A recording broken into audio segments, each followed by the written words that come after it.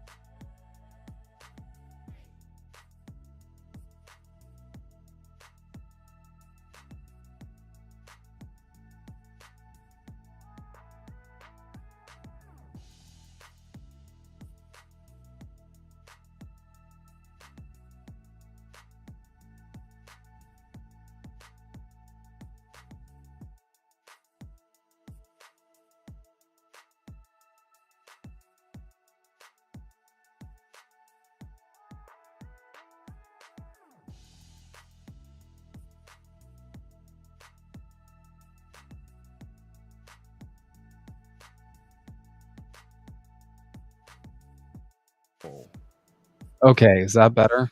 You know what? I'm actually not going to use voice mod anymore. This is awful. You guys can hear me now, right? Yeah, voice mod is dog shit, and I don't know why I ever use voice mod, really. It just causes shitloads of problems. So I am uninstalling this piece of shit right now. Hope everybody's having a phenomenal night. I gotta take this off. It's fucking hot in here. Hope everybody's having a phenomenal night, a phenomenal week. Definitely a lot of new developments, but it seems like there's new developments every goddamn day nowadays. I'm glad people in the chat were saying that the stream was mute. I thought my headphones were on the blink. No. That's on me. So I normally use voice mod for like noise cancellation and like kind of light audio engineering. But the majority of the time it just causes fucking problems. So I think this is like the penultimate, like, I've had enough moment where I'm just like, you know what? This is just a pain in the dick. So I'm just not gonna do it anymore.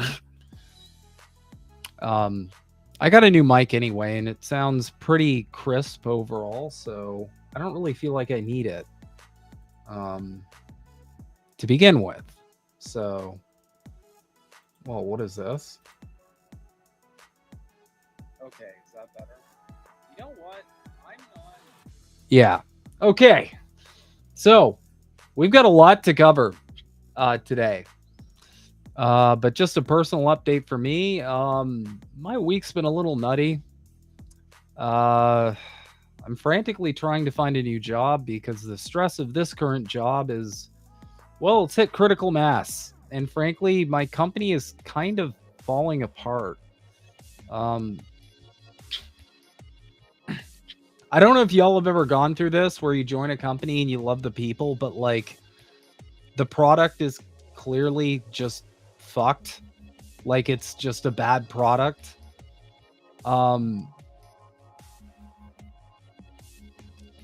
Like, I don't know what it is, but like we had another couple people quit this week. So it's just been like this loop of just quitting and more quitting and more quitting and more quitting. And you know, at the end of the day, I don't really see any mobility, like any room for growth. It's kind of like falling apart. Hey, Dr. Nick, didn't you just start this job? I've been there for about a year now. And I don't know, the direction the company's headed in just ain't a good one. Like, really just isn't a good one. So I may end up joining the legions of rats who are currently leaving the sinking ship.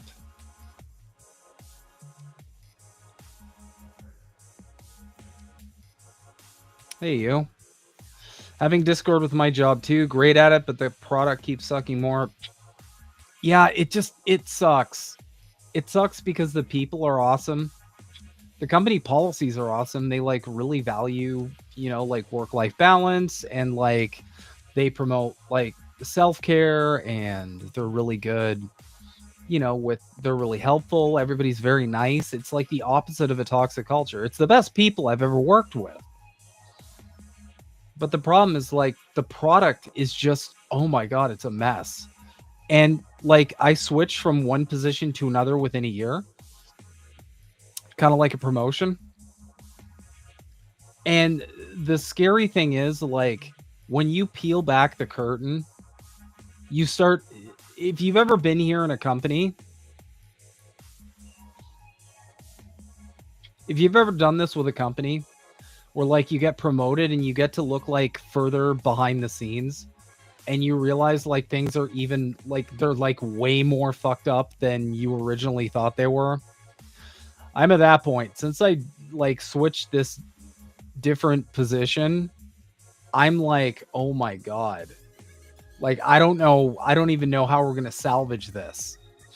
So looking around, I applied to a couple other positions within the company in a desperate bid to like, I don't know, kind of save it. A couple of the positions I might have like greater agency to maybe fix some of the problems, but my God, there's just so much.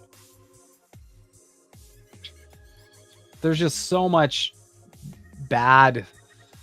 We're losing so many customers for completely avoidable reasons. Like the most avoidable reasons ever.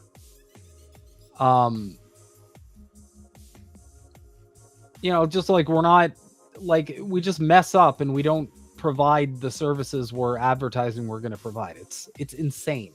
So also to be extra transparent with y'all, the position just kind of negatively affecting my mental health. And I want to get back to an environment where I enjoy what I'm doing. An environment where like I look forward to coming to work, because I used to have that.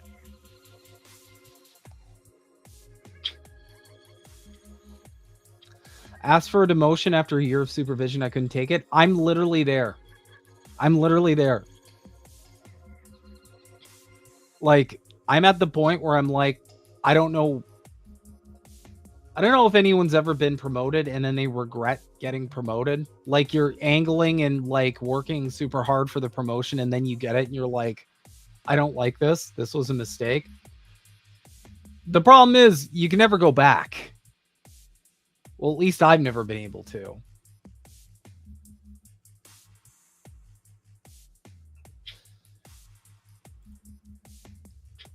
You ain't going to find that in corporate. Honestly, man, that's probably the problem. I might need to go like smaller, because yeah, I've worked for 3 fairly big corporations now, and you know, it's always one of two problems. One, the work environment is toxic. Like the people are exploitative, or they're shitty, or they overwork their staff, or they're you know, they're just generally bad, or the product's bad. And I feel like in those situations, a lot of the time, you know, they can't really afford to treat their staff bad, because they need people like 100%, because the product's the thing that's a problem. That's pretty much what this is. Anyway, I'm not going to spend this entire time just talking about myself, because who the fuck would want that? Anyway, I hope you guys are enjoying yourselves, enjoying your lives, enjoying your jobs, well, as best you can under late stage capitalism. Hopefully one day We will have a brighter future. So the main thing on the docket. I'm sure the majority of you have probably heard the news that TikTok is likely getting banned. We'll get into the particulars in the what ifs later, a little bit later. But basically the TLDR is everybody's migrated to a Chinese alternative called Red Note. And it's pretty crazy what's developing.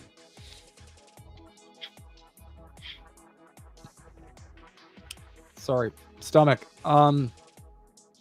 It's pretty crazy what's developing over at Red Note. And if you've been on social media for 4 seconds, you can notice that like the entire Western MAGA narrative network, the whole apparatus is melting down over this. They are panicking. We are seeing Red Scare levels from like the McCarthy era of people just losing their minds. Because what's essentially happening is people are going on Red Note, and for the first time, they're actually like talking to Chinese people. They're not like just getting fed like state propaganda. They're not just gobbling up like CIA talking points. They're actually talking to Chinese people, and they're actually like communicating about what it's actually like over in China. And you know, there's been some content creators who actually go over there and kind of smash the narratives. But for the most part, people just think it's like this crazy like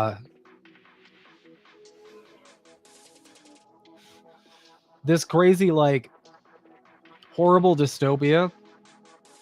And we'll go into a lot of the specifics because people are essentially getting little red pilled, I like to joke. And they're basically starting to wake up and realize that the majority of what they've been told about this country is, well, it's bullshit. The same way a lot of the narratives you're told about other countries are bullshit too. And I want people not to be surprised by this. I mean, these are the same sources that told us there were weapons of mass destruction in Iraq. You know? They have a history of lying about any country that isn't like a direct, like, you know, submissive state to the neoliberal world order. And it's just beautiful. You've got people realizing for the first time that the majority of narratives that they have grown to believe about America's biggest rival aren't correct. They're false. Now, I'll be the first one to say China isn't a utopia. There's issues with the country. But the thing is, guys, and I hate to be the adult in the room, but we're never going to get a utopia. Marx and Engels were very clear about this. Countries are always going to have problems. You know, even past capitalism, even when we get our glorious, luxurious, gay space communism, there's going to be issues. There's going to be problems. It's not going to be perfect. And that's because whatever ideal situation, whatever ideal living situation you can make in your head, that's not always going to translate over to reality. And we can always think of something that's better than what is. But I mean, if you look at how they're doing over in China versus how they're doing over here, one of these countries is getting it a little better than the other. And really, that's all you really want to focus on. Just people's material conditions. Are you working actively to invest in your people and improving their material conditions? And over in China, that seems to be a priority for them. Over here in Canada, or down to my neighbors in America, that doesn't seem to be much of a priority. The priority seems to be let's serve the billionaires and let's exploit the workers. And that kind of just seems to be how it goes. You know, you got middle manager types basically who just exist to get the workers to accept their own exploitation. And that's how it goes. But without further ado, we're gonna hop in here because there's a lot of really interesting stuff. This is from friend of the show, sort of Hotspot. I say friend of the show. Americans are quickly realizing that the US is not a first world country after spending just a little time watching the lifestyles of the Chinese on RedNote. So I downloaded RedNote and I am no longer convinced that we are living in a first world country. Seeing the everyday lives of Chinese people, like obviously certain Chinese people, I'm not saying everybody's lives, but it's just like insanely eye-opening. There's something really remarkable that I have noticed about most of these Chinese people, even older people, like people in their 40s, 50s, 60s, they look so much less traumatized than most Americans. Our citizens here are not only like really cold and mean and disconnected and combative, but like you can just see people's problems on their face. You can see that they are exhausted and that they've been brutalized. Now, I don't fully understand Chinese culture at all, and I'm sure it varies a lot. It's a very, very big place. But it's interesting seeing how lighthearted and kind and gentle these people are, especially in comparison to Americans. We just have so much dark energy plaguing this country and plaguing the people, and it's just like, I don't know if we'll ever genuinely know what is happening, like what's happening with our government versus other governments. Is everyone lying to their people? Like, we live in so many layers of deception. Like, I don't know if we'll ever actually know what is happening. Do you guys think Butch Ware is on RedNote?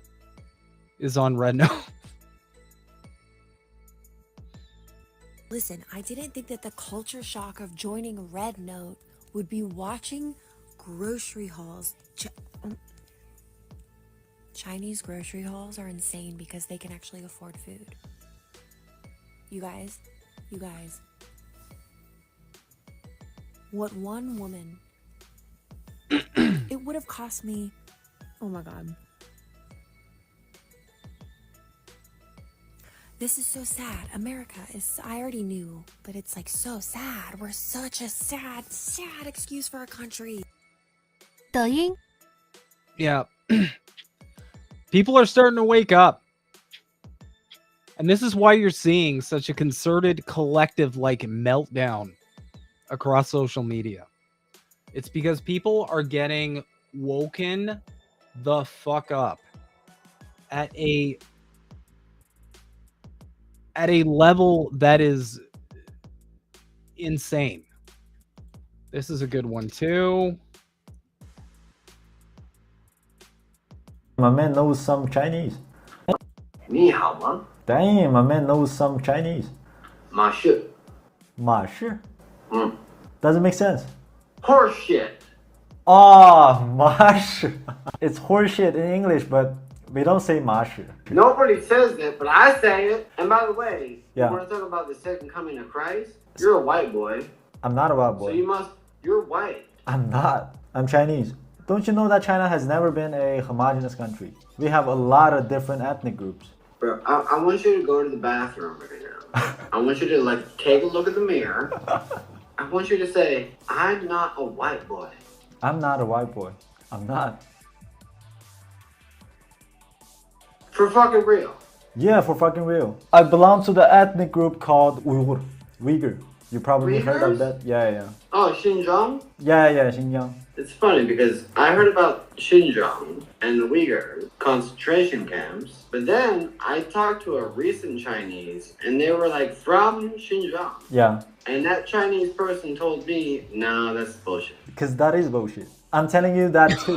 That's crazy. That is all fucking propaganda. I'm almost believing it, bro. You should At this believe point, it. you're from the north of Chinese and you're from South China. Yeah. They fucking racist against each other. It just few people does that shit. Because you know, everywhere has some bad people. Mostly people are good. People are kind to each other. It's not as many racism as the America does. We have more minority. Well, we got every fucking ethnicity. We are the least racist country on the planet. You believe that? I believe that 100%. You could be fucking Jew. Jews, by the way. Oh my god, no. Bro. Oh, that took a turn. I mean, he's wearing a MAGA hat, so that tracks, but god damn. Sorry. You could be Chinese, you could be black, white, gay, straight, trans, whatever, dude. Do whatever you want. Yeah. We accept you. I was fucking married to a Chinese. Chong the ping pong bing bong. Fuck, Sing stop saying that, man. Stop Sing saying that. song. Sing song? No, don't sing song. Play song. Stop that shit. It's a joke, bro. I'm getting offense right now. That You're is a fucking... fucking white piece of That is shit, bro. You're Get a the fucking fuck white out of piece here, man. I'm Chinese, 100%. God damn. So, there's one of the things that the state apparatus really doesn't like is this whole Uyghur genocide thing is getting just completely dispelled in like record time. People are just like, what? What do you mean concentration camps? I'm Uyghur. I have an apartment. I just went to the grocery store. Like, what? It's like saying there's like... It's like going to another country and they're like, I heard you guys keep Italians in cages. And they're like, what? What do you mean? No, they're everywhere in New Jersey. Like... But again, America and the West greater could get away with this once upon a time because they controlled the narrative. There was no contradictory voices. Now there are contradictory voices saying this is propaganda, that's also propaganda. And it doesn't stop there because let me just get a bit of a feel for this. So in the chat, what's the number one scary thing you hear about when you think of China? When you think of all the propaganda you've been provided, what's the number one scary thing that always comes up? The big scary George Orwell 1984 sort of thing when it comes to China. Let's see if anybody's catching what I'm throwing here.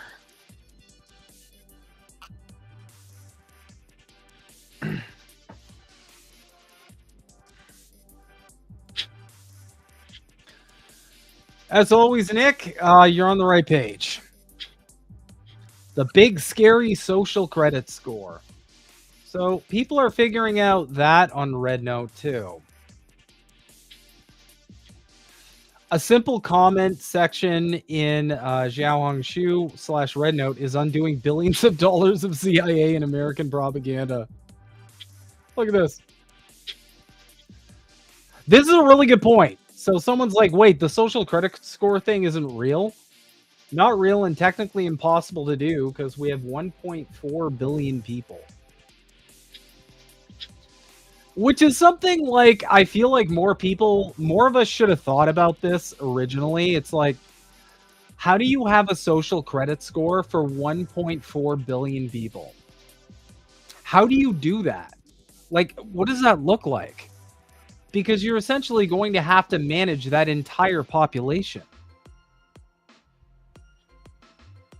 Like what does that entail? You essentially have to... Here, let's do a chat GPT exercise together, okay? We're going to do a chat GPT exercise together right now.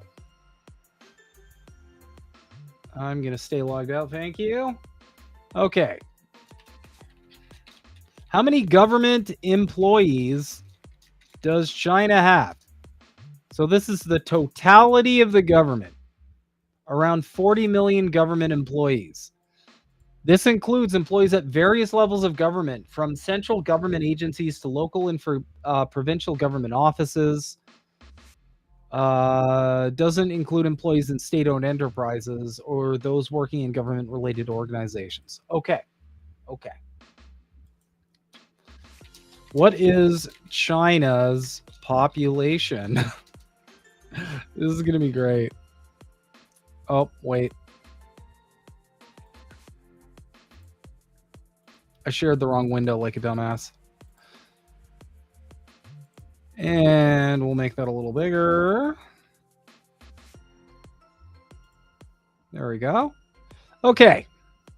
Okay. So from here,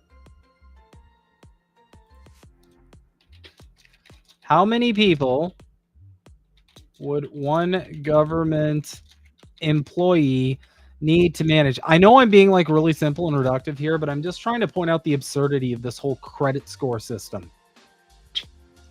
So 1.42 billion divided by 40 million equals 35.5.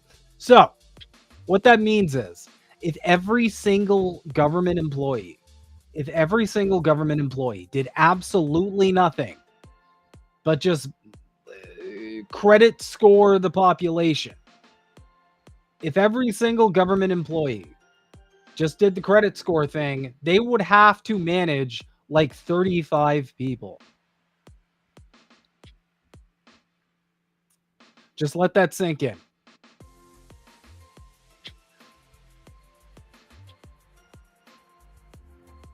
So like realistically, already this is a completely unmanageable task. And to people who mention like, oh, but it could be AI, blah, blah, blah. Ask yourself how long the social credit score propaganda has been floating around for. Quite a long time. Way before AI was even a thing. So before AI was a thing, this is statistically fucking impossible.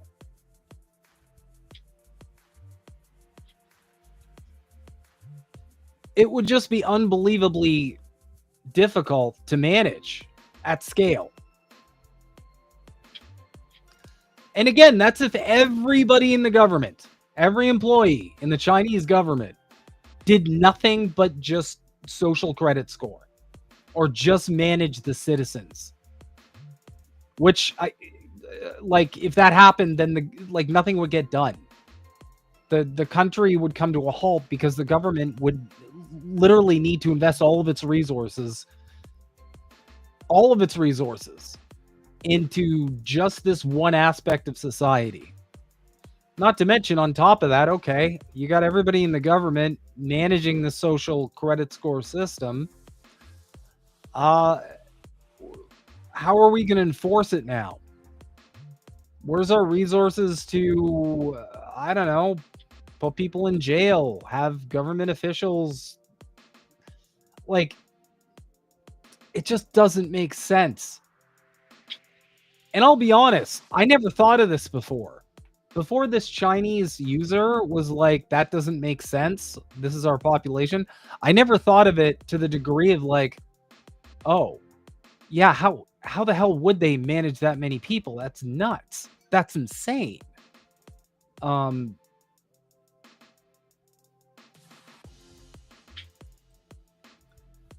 But we're going to move on. That was a... Actually, before we do, I'm curious. What percentage of China actually has the social credit score system? I'm going to directly ask ChatGPT this and see what we get.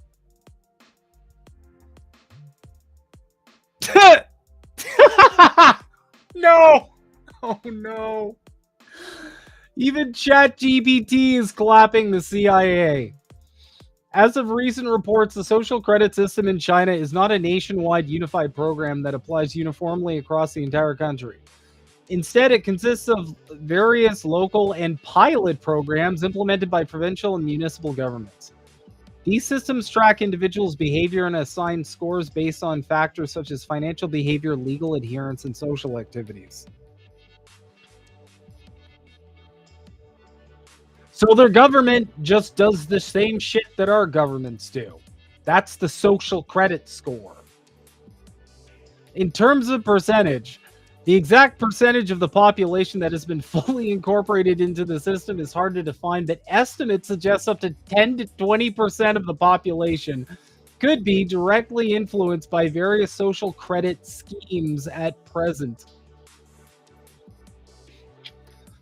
So like 10 to 20%, and its implementation is essentially like a different version of what's going on right now in the West anyway. I rest my case. And I just want to give a call out to anybody. If you're experiencing cognitive dissonance right now, try and push through it. Okay? Our governments have been lying to us our entire lives about more topics, more countries, more events than we can count. So it should come as no surprise that they're lying about this as well.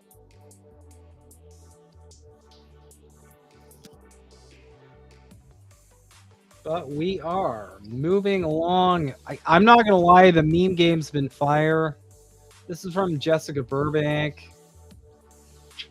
Red Note is doing what they feared TikTok would. That's the hilarious part. That's the extra level of L that the West is taking right now. What they were so scared about TikTok is happening on an alternative app that nobody would have discovered if they hadn't like implemented this ban shit to begin with. This never would have happened. Nobody would have discovered Red Note. They would have just stayed on TikTok.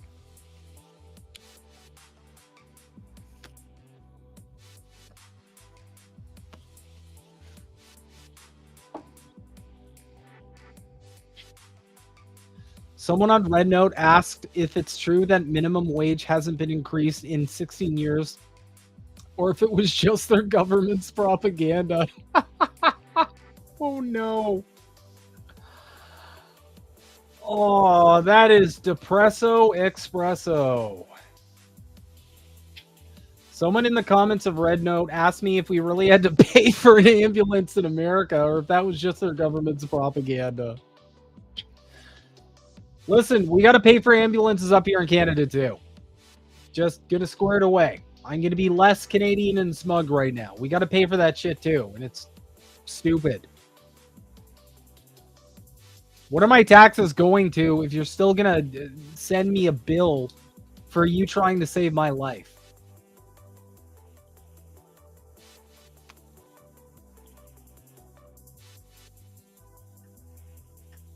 And this is a crazy one.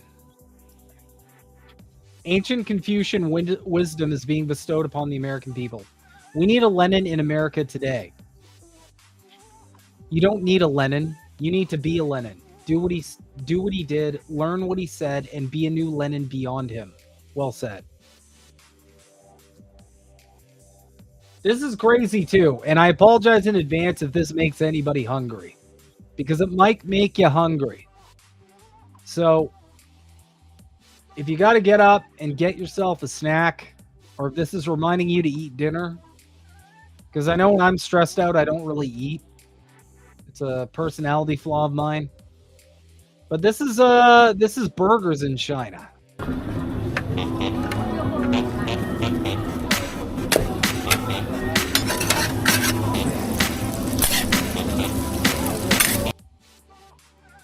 I'm going to mute that just in case I don't want to get clapped.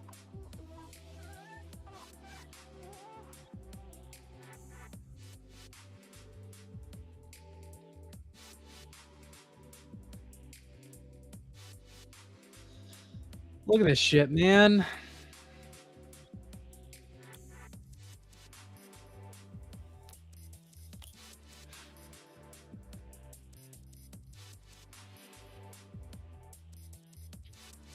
Look how big those burgers are. Those are like Wendy's burgers. Do you guys have Wendy's down there in the States? It's a big thing up here in Canada, but I'm not sure if Wendy's is a America thing too.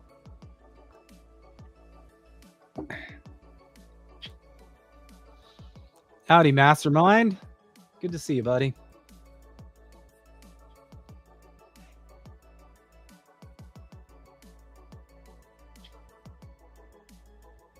Look at that burger. Look at that fucking burger. How are they out burgering Burgerland? If there's anything America should be doing correctly, it's burgers. And no, they're just apparently they can't even figure that shit out. Look at this. This looks so good. Oh my god. Oh, that looks good.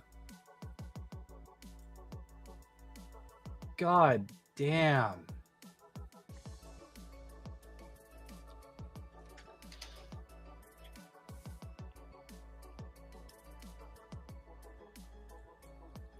This is from the No Labels Pod. MAGA TikToker goes in red note and can't believe how China has out-achieved the United States. The government has been lying to us about China for decades. Now that we've all gotten on Red Note and we can see the lifestyle that all of the Chinese people have, a lot of us Americans are fucking pissed. The price of going out to eat, the price of groceries, public transportation. And the people on Red Note are so fucking flabbergasted that we have to work 2 jobs just to keep our roof over our head. US government, you fucked up big time, which is not a surprise because you do it constantly. Even if TikTok gets banned, I've seen enough. I have been woken up. I grew up fed propaganda that China is evil and that they treat their citizens like shit. I mean, I was raised by MAGA. It's the main reason why I feel so radicalized. American culture, American society is toxic, gross, poisonous. They poison our food. They jack the prices up of everything. We don't get health care. We don't get good public transportation, even though we're all on the same fucking continent. We destroy the planet for money, power, and control. Our government is funky as fuck on the left and on the right. Don't get it twisted. This is a class war, and I will not be giving this fight up. We deserve sovereignty. The government. Okay, I'm not gonna lie.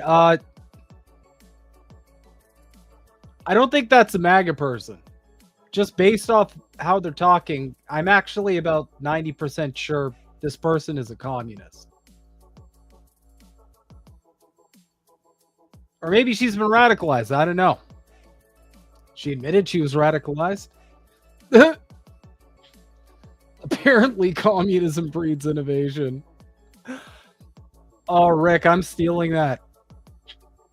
I'm stealing that shit. Just because you guys know I am a chud instigation enjoyer.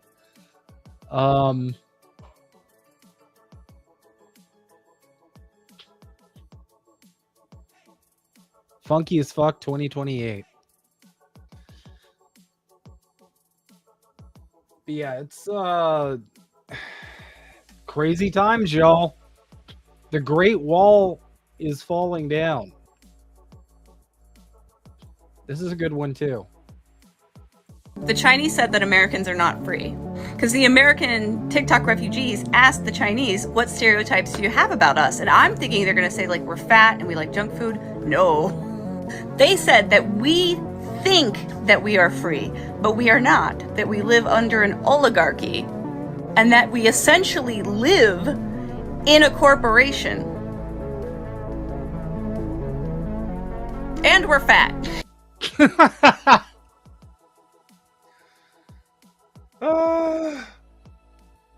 I love that. I love it. So good.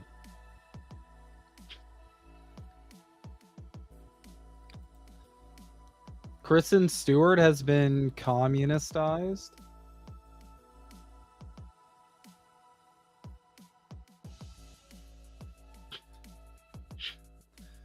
But I wouldn't be doing you guys a service. I wouldn't be doing you guys a service if we didn't go over some juicy, likely State Department sponsored meltdowns. Because the meltdowns have been beautiful. Okay? The meltdowns have been... The meltdowns are even better than that one time I was reincarnated as a slime. Someone will get that. TLDR, I'm a weeb.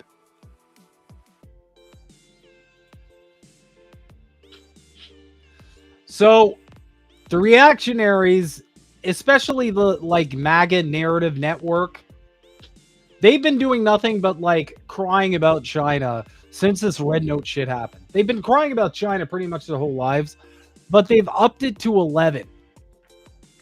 It's a little nutty.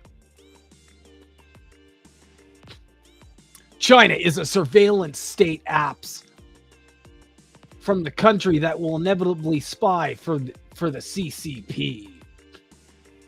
Hey, what does this backdoor do in your TikTok US replacement app? Did this guy just look? Did this guy just search backdoor and he's like, I have a smoking gun?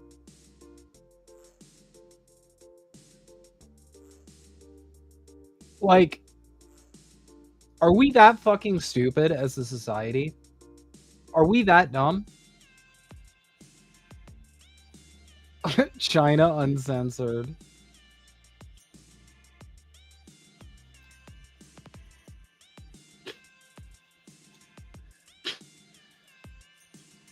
A lot of these meltdowns are just like, they're delicious. They're so good. Bad Cookies, that is a great anime, okay? You could just not like isekai, which is completely understandable. Isekai is not everyone's cup of tea. Gen Z, boomers are so dumb and fall for obvious AI. Also Gen Z. I'm sure this Chinese app named after Mao's Little Red Book that appeared out of nowhere this week has zero ulterior motives. The funniest thing is he's getting clapped in the comments. So we had to make like a follow-up like cope post here. Yes, the app isn't new. It's been around for years in China while it was virtually unknown until last week in the US. I'm just speaking from a Western perspective here. No, you're speaking from a, I need to do damage control because my propaganda is getting pushback. I know what this is, dude. We all know what this fucking is. Okay? The meltdowns are just too good, though. Look, check this shit out.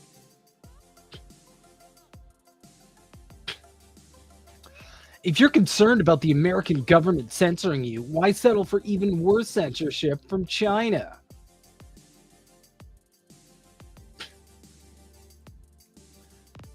Dispropaganda. That's rich. Join Red Note. Start posting. Taiwan is a free country. Free Tibet. COVID came from China. Uyghur concentration camps. Tiananmen Square massacre. Mao starved 45 million Chinese. Account suspension notice. Like, here's the thing. Here's the thing. There we go. Most social media doesn't allow for misinformation. That's pretty much that's all this is. Your video that got taken down for talking shit about a certain medical procedure for a certain virus.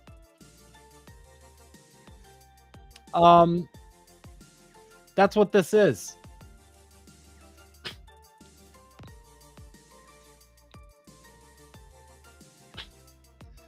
Also, frankly, it doesn't even matter because people are dispelling these rumors. Chinese people are like, this isn't a thing. You guys are being lied to. You are being lied to. That said, though, guys, I got some great fucking news. I have some amazing news. Ass-pained, terminally online propagandist Drew Pavlo has gotten a permanent life ban from the Little Red Book because he posted a photo of Xi Jinping and asked people what they thought about working conditions in China.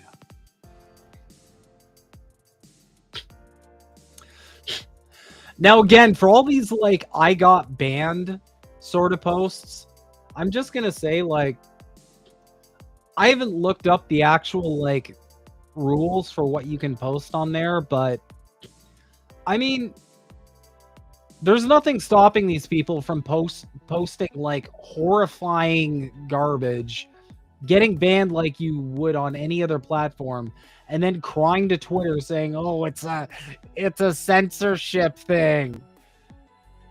Exactly. Off to Gulag. Off to Gulag, Drew.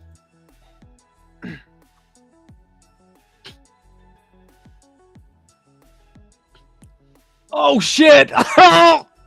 Nothing to do with your other activities? The curious case of the Australian activist arrested for threatening to blow up China's embassy in London. Fucking what? Yo! I did not know about this. Oh my fucking god. Well, yeah, I would... Another China W.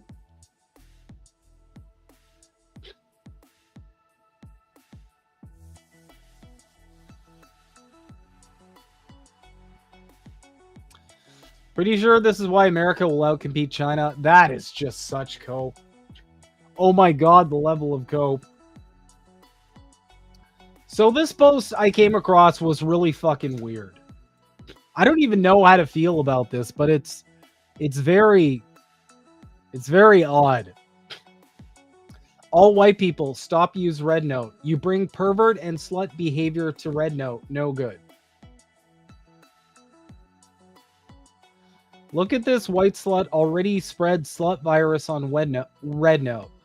Shake arm fat like country flag. Slut make America most disgust. Now all the slut try make China most disgust. Slut virus most strong. I'm not approved. Oh, okay.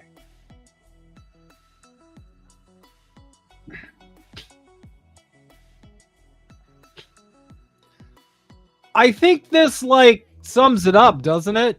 Isn't it racist to group all people on the basis of their skin color? I'm racist. Like, that kind of ends there, doesn't it? Aren't we done after that? Like, what the fuck? But then I go to her profile, and she's got Hodge twins, and she's retweeting Dinesh D'Souza. I mean, I think it's just a Fed. I don't know how else to observe this person, but they glow to the high heavens.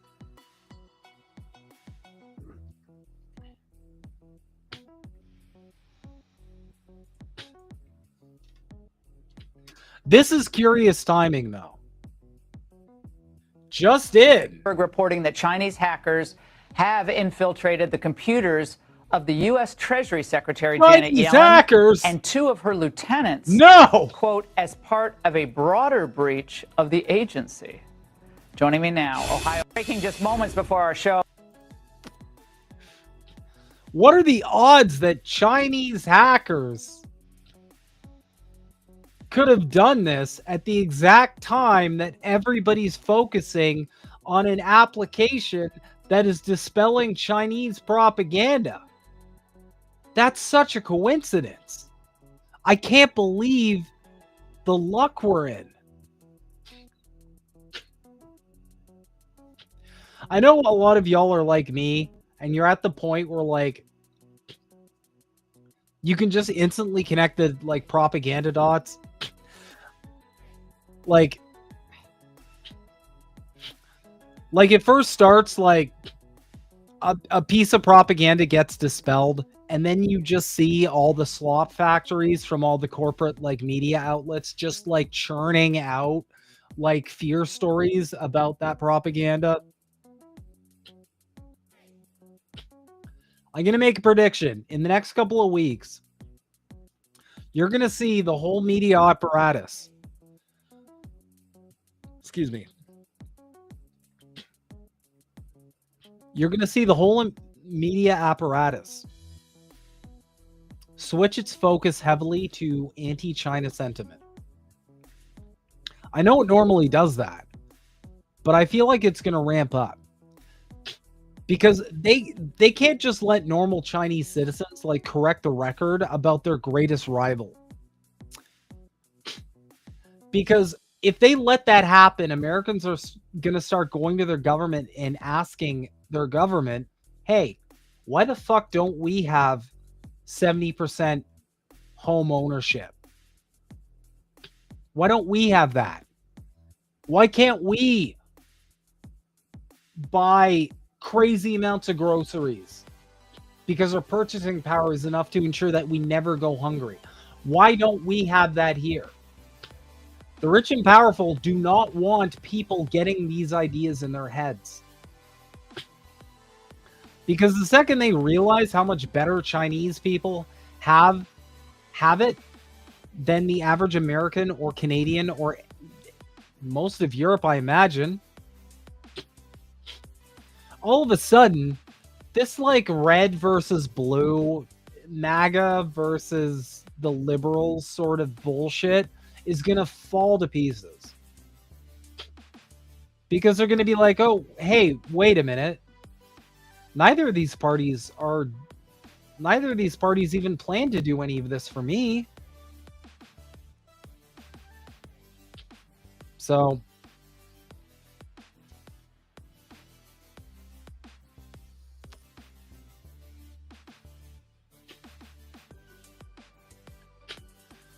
but without further ado, what we're going to do now is we're actually going to do a deep dive and visit Red Note ourselves.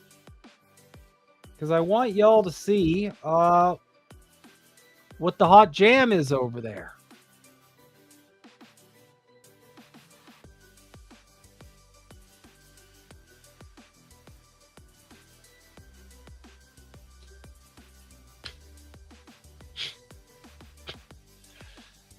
So this is Red Note, the app on desktop. You can get it on desktop. It's not just for your phone. There is a browser version. Now, if you get the desktop version, I would highly recommend downloading Google Translate. Download Google Translate, and what you're going to want to do.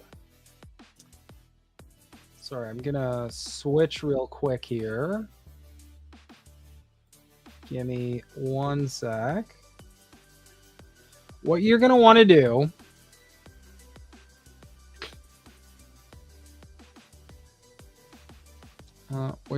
what do we have here?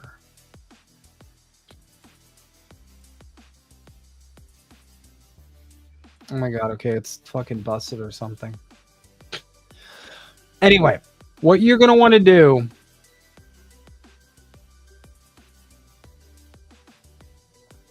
oh, that's kind of cool. That's really cool. Okay, I like that. That's super cool. I really like what they're doing with Restream. Anyway.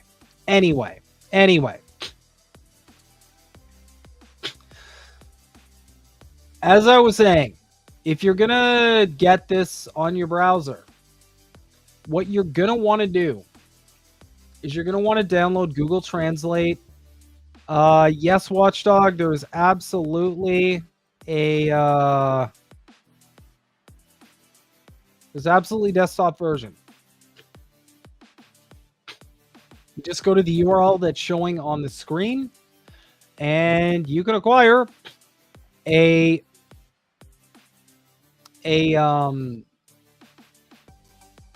desktop version, well, browser version. But a version not for your phone. You can use it in your browser.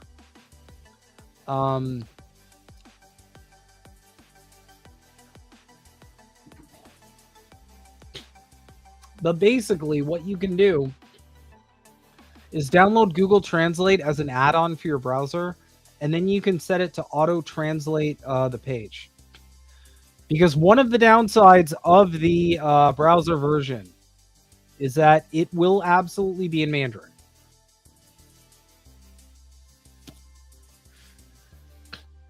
So this is a curious thread right off the bat. Chinese friends, what is something that Americans believe about China that is incorrect? We never see American as enemy.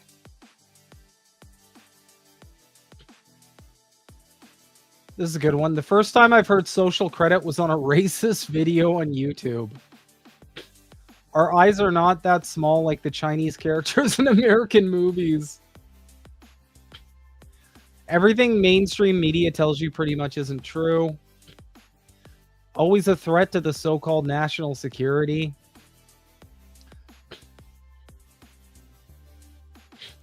It is said that Chinese people eat dogs and all kinds of animals. Preserved eggs are not eaten whole. Oh no. I sincerely apologize for the American girls. I always thought that American girls were all fat over 150 kilograms.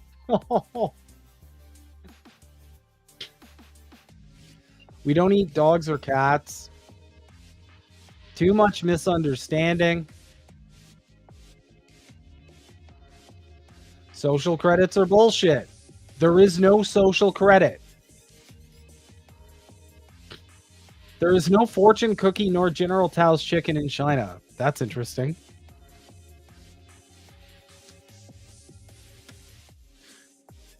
To be fair, I've seen Americans ask for fortune cookies even in Japanese restaurants. This so-called social credit system isn't real.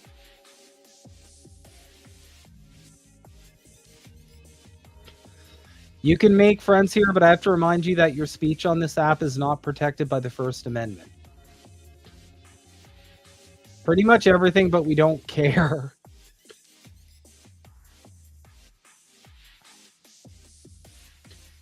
My eyes are big. Most Chinese people's eyes are not much smaller than Americans. God damn. There's like a shitload... There's like a shitload of just outright racism. God damn. Someone please get rid of that Twitter bot. Done. I'm my own moderator here.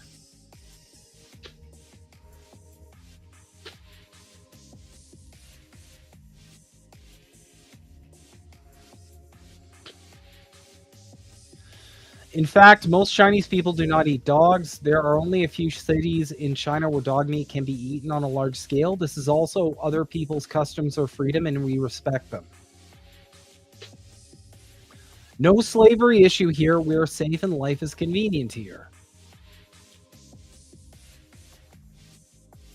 Oh, shit! Oh, goddamn. Why should we explain? The U.S. and Israel don't need explanation for the massacres in Gaza. Oh, got him. I love how a lot of these people are just like, go check it out.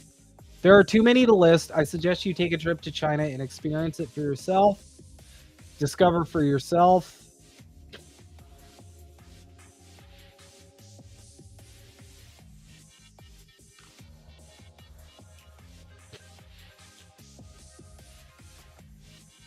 Ethnic minorities are treated preferentially here, but why do we treat them badly in your place?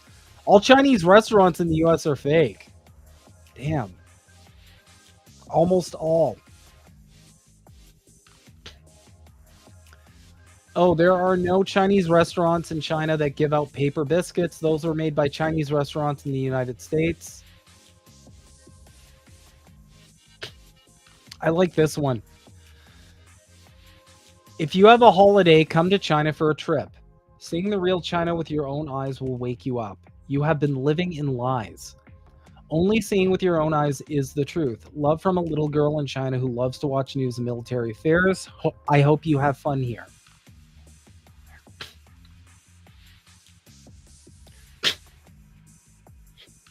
See, this is really telling. The overwhelming majority of comments here are just like, They're just like, just come here and go, like, come check it out. Just come see for yourself. Go, like, just come here, look around, and ask yourself, like, how much of this tracks with what my government's telling me about this country? And for the record, guys, it's not by accident that there's the same playbook for every single communist country.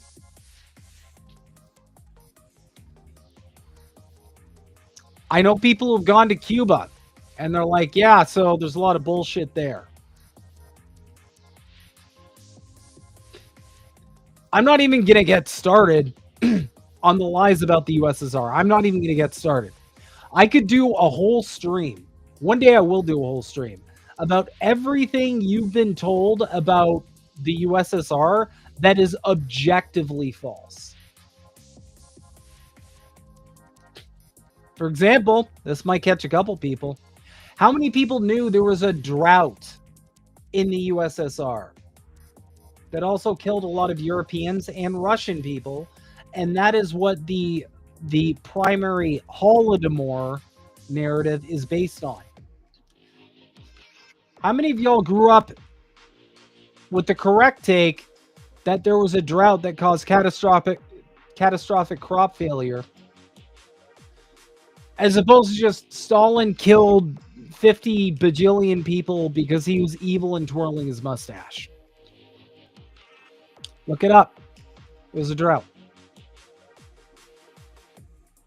You can criticize how the drought was handled. Absolutely. But the fact that the majority of people don't even know about the drought, food for thought. Anyway.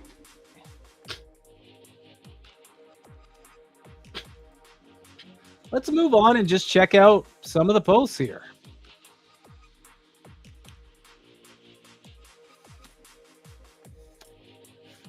Oh my God, this is going to be good. Yo, communism emergency kit? What? Bro.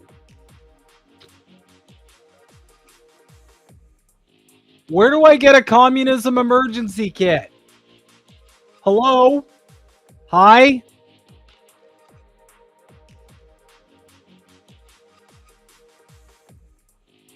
Chinese, give us your American jokes. Please make fun of us so we can laugh.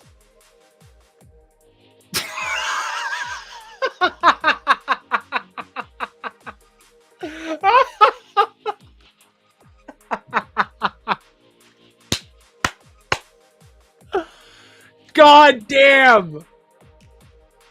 God damn! Why do you eat like your healthcare is free? Oh my fucking God. Why can't Americans play Clash Royale? Because they lose 2 towers at the start of each game. Oh no. Oh no. What's the hardest part of the vegetable to eat? The wheelchair? Oh! Oh!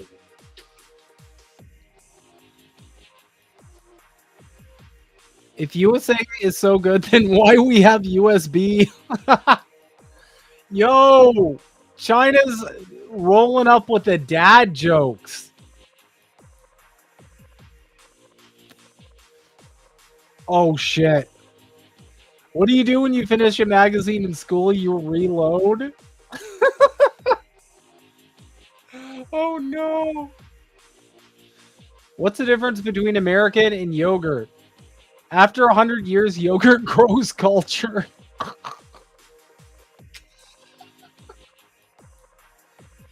Bro, these are fucking fire. Oh my God.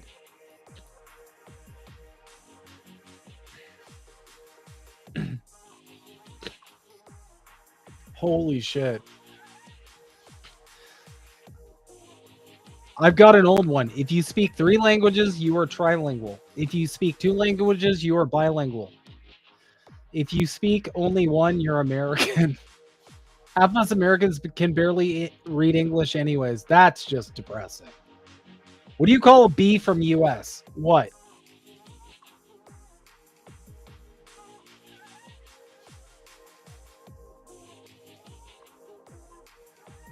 USB. Okay.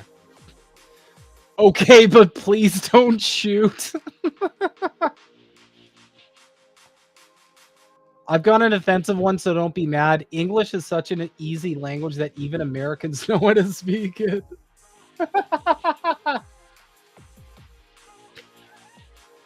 Oh no! American gender is just like the Twin Tower. There used to have 2, but now is a very sensitive topic. Oh man.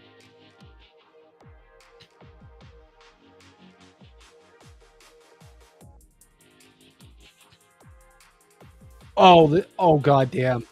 When I was going through puberty, I used to joke that my face was so oily the Americans would be colonizing my face next.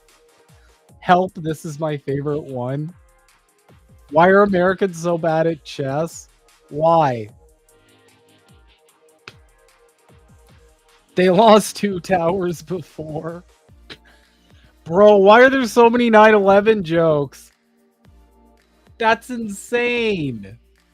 Oh my god. Okay. All right. Let's see what else we got here.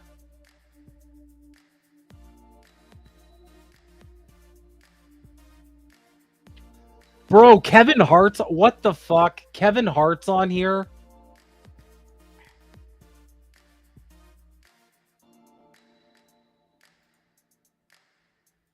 Hold up.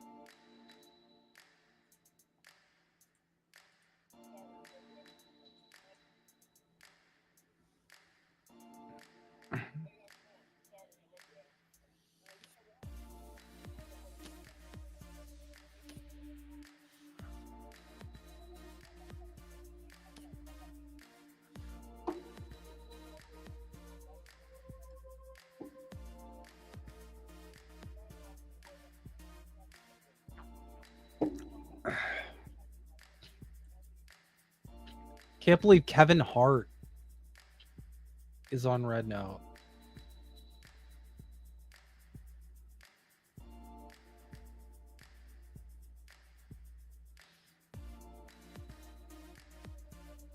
Okay, lunchtime.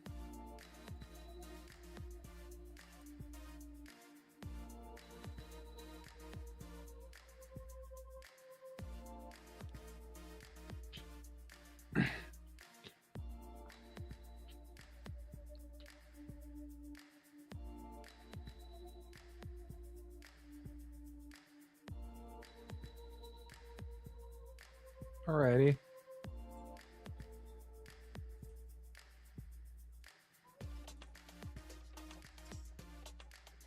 I think I'll just keep all these muted so I don't get clapped.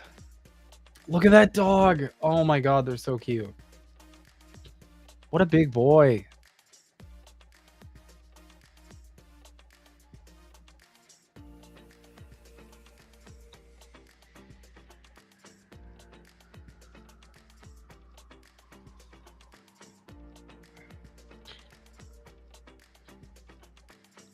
Hey, Uncle Bao welcomes you guys.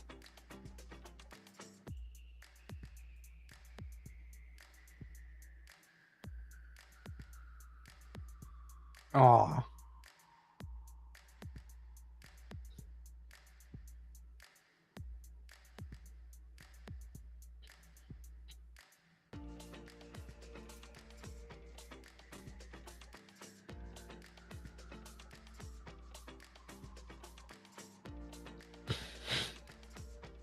Let's see this. The U.S. government being lobbied to ban TikTok.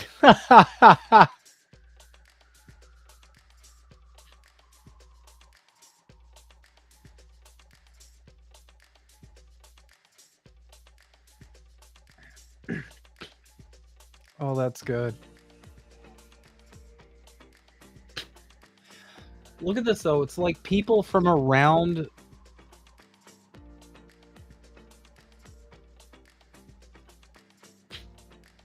Let's see this one. Does China hate America? I can't tell if you guys are upset that we're on this app or not.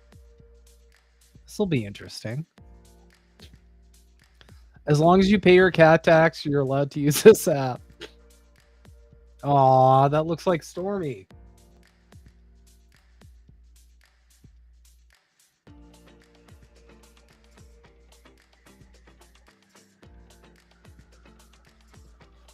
You like Chinese, we kiss kiss. You hate Chinese, we punch punch. You talk good about China, we talk good about you. You talk bad about China, we will make you cry. All in all, welcome to Red Notes. That's good.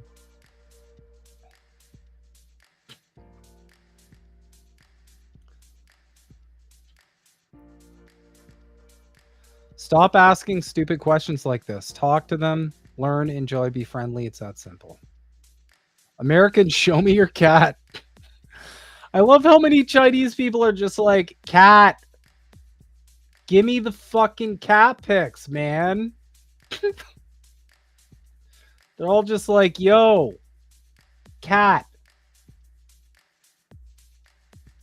There's literally a cat tax. I'm good. I got 2 cats.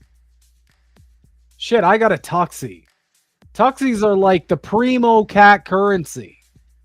Everybody loves tuxedo cats.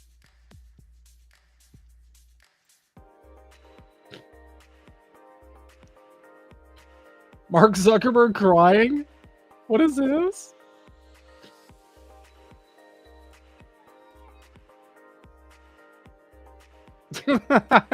Meta watching Americans move to Red Note.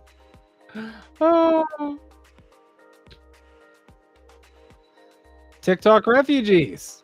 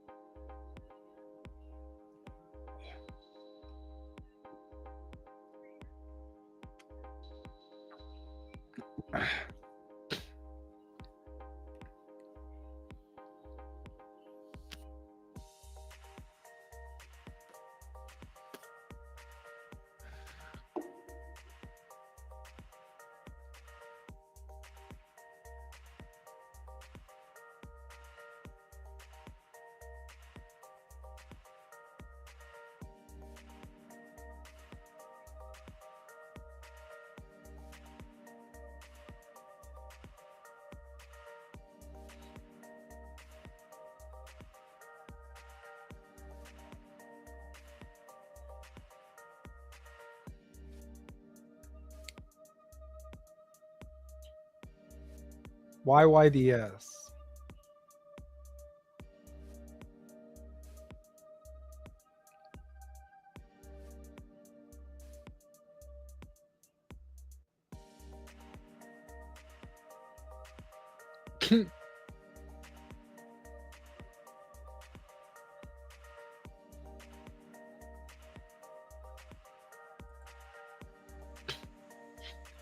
I'm pretty sure that's like a streamer or like an influencer of some kind.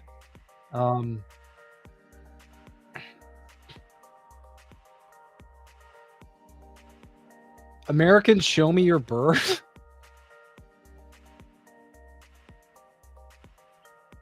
Oh, it's a cockatiel. I had 4 of those as a kid. Aww.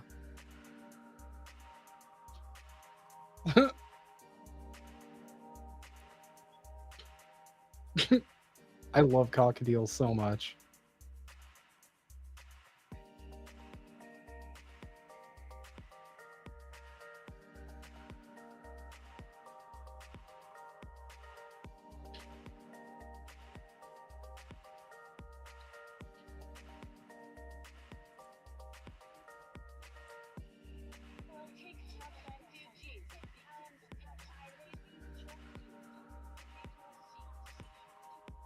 Okay. This is crazy. It's literally turning into just TikTok. Oh, this is so nuts. Roll over chicken.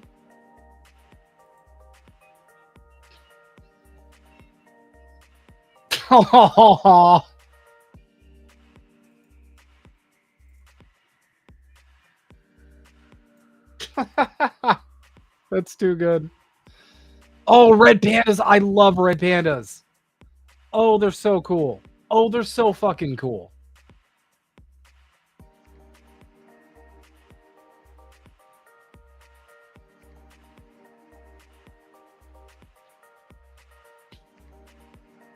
Look at him go.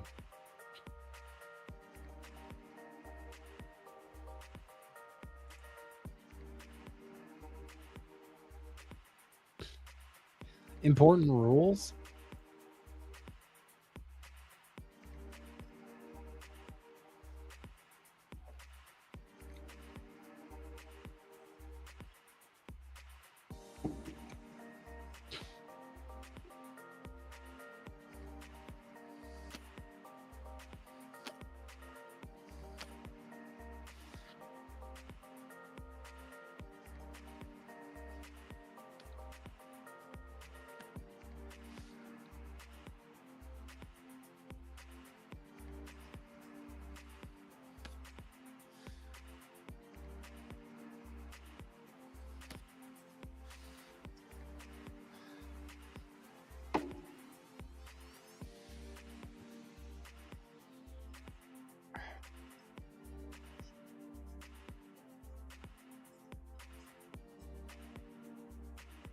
Okay.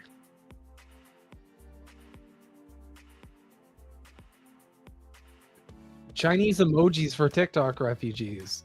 Okay.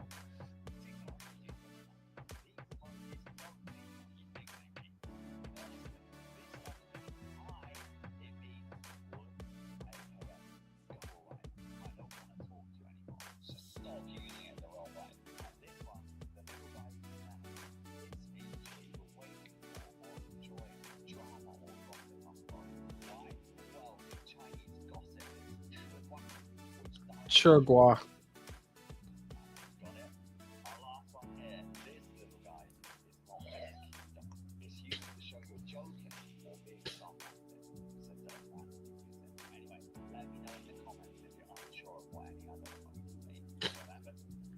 Remember to pay your cat tax.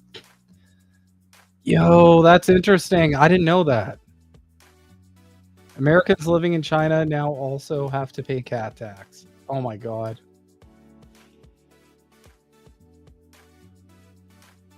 That is adorable.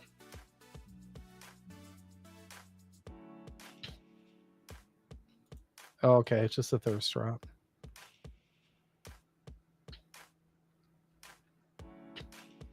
This is cool. It's literally just like TikTok.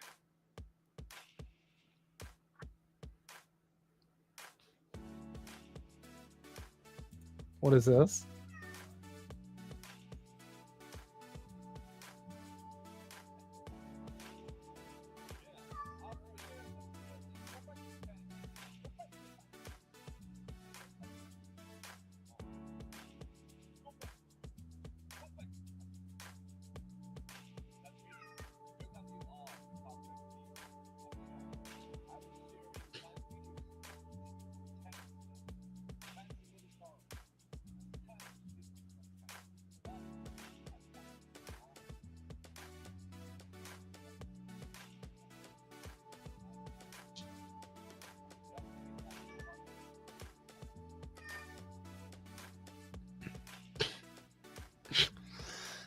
Yo, it's so fucking funny how hard they're just...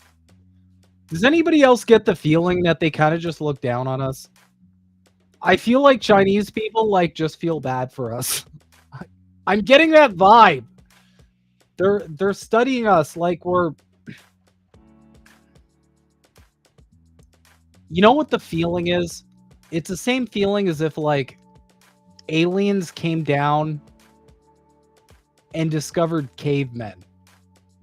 That's the like tone I'm getting from a lot of these Chinese people. They're like, we've discovered a primitive species. Understandably so.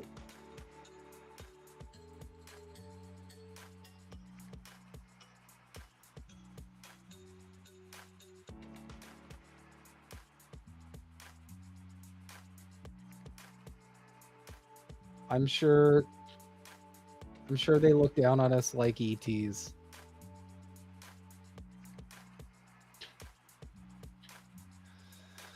Is there any audio of those videos, or is it just me? There should be audio, but I'm muting a lot of them because a lot of them have music, and I don't want to get a copyright strike. Because here at INN, we're on our last strike, and if I can be not responsible for the nuke that kills the channel, I'm going to do what I can to facilitate that. Someone else can take that L. I don't want to take that L.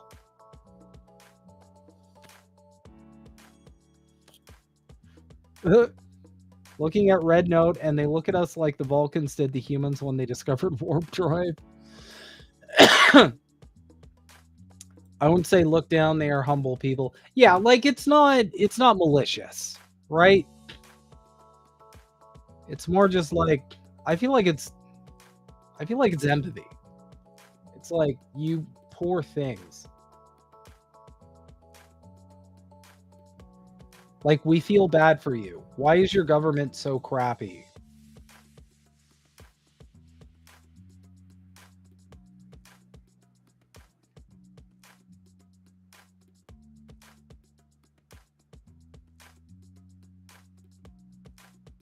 Ooh, learn Chinese with me.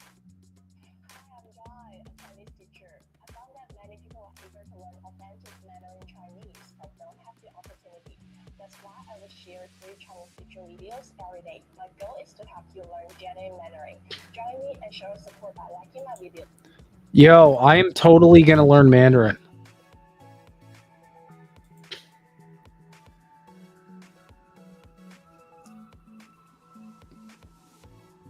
What happens when you pretend to sleep and don't give the kitten more food?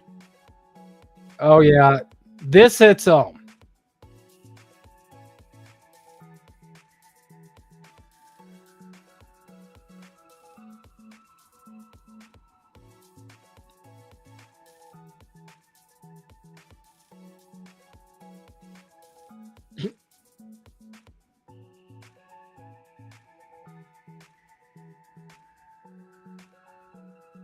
Oh my god, there's so many cat videos. God damn. Anyway. That's Red Note. It seems pretty cool. I'm not gonna lie. And I really like the amount of like propaganda that we're seeing get just eradicated on social media. Because for the majority of Americans, this is the first time they're ever actually interacting with a Chinese person. And like a genuine like Chinese citizen, not one of those weird like Fed accounts that are like, I escaped Chinese communism and it was 1984 Animal Factory. And like, I'm just going to talk about evil Chinese communism every post because I'm a normal person. I mean, like them just talking to Chinese people being like, hey, is this true? And the majority of the content, they're like, no, your government is feeding you crap. The thing I appreciate the most, though, is that, like I said before, the majority of them are like, hey, just come check it out. We have nothing to hide. Come over to China. Go look at it for yourself. Like, we don't... Your government is just lying to you because they work for billionaires. And the thing is, here's the West's whole shtick. This is the West's whole shtick, right? They need to... Here's the thing. The West knows that on paper, capitalism isn't a good sell. Okay? Massive wealth transferred from the workers to the billionaire class. It's not a good sell. It's very bad. Very bad sell. We know the billionaires get too much. But I digress. While it is not a good sell on paper, the whole shtick the West has is they have to present it as the best option we have. They have to say, look, I get it. Capitalism has its problems, but this is like the best we can do. And the way they do that is they present any alternative to capitalism with a metric fuck ton of propaganda.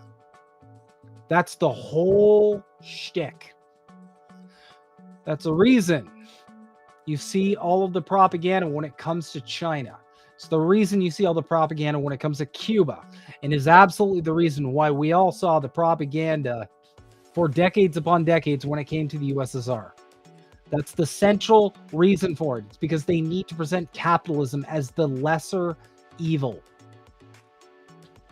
And now we've got an app that is showing that this is not the case, with a legion of denizens of this country pushing back and saying, no, that's not true. That's not true. I've never even heard of this before. Like, go on Red Note yourselves. There's a lot of Chinese people who are like, I didn't know what a social credit score was until like I ran into some like Western bullshit.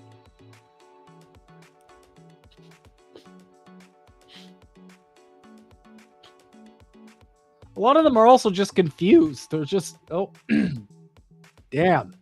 I just hit puberty, guys. Please congratulate me.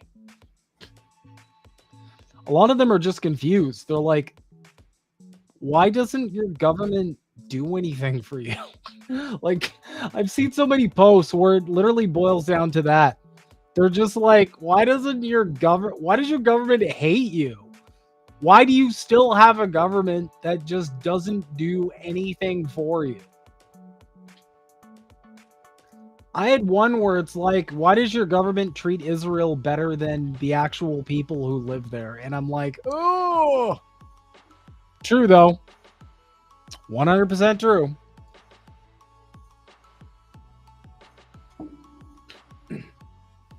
Anyway.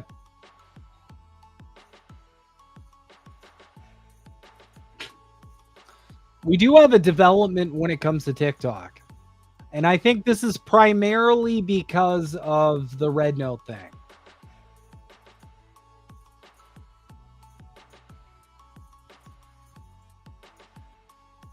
Apparently, Mr. Beast.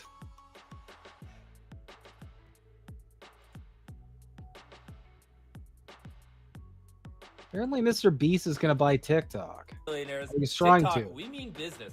I just got out of a meeting with a bunch of billionaires. TikTok, we mean business. This is my lawyer right here. We have an offer ready for you. We want to buy the platform. America deserves TikTok. Give me a seat at the table. Let me save this platform, TikTok.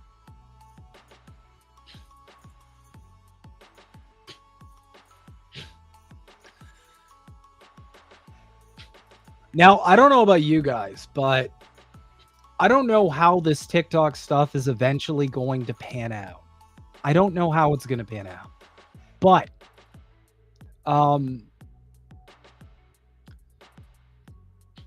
I think at some point they're going to realize it is way better for the interests of capital, for the interests of the ruling class, to keep TikTok than it is to get rid of it.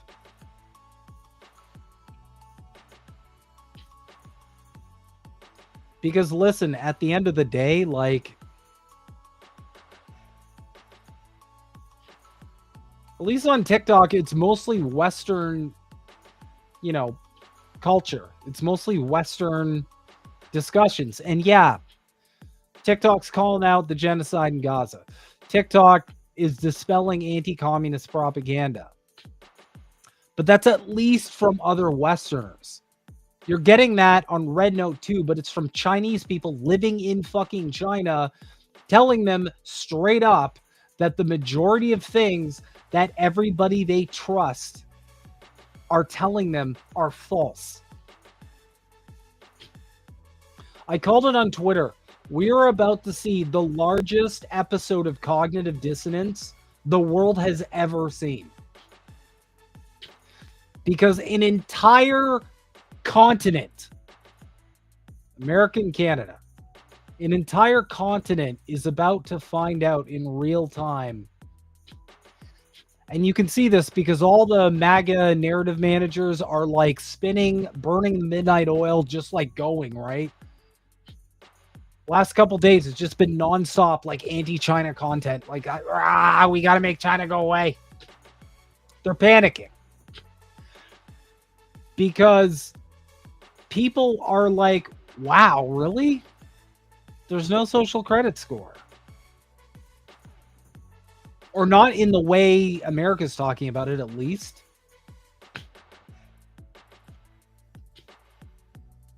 Wow, there's no Uyghur genocide? What about Tiananmen Square? All this shit.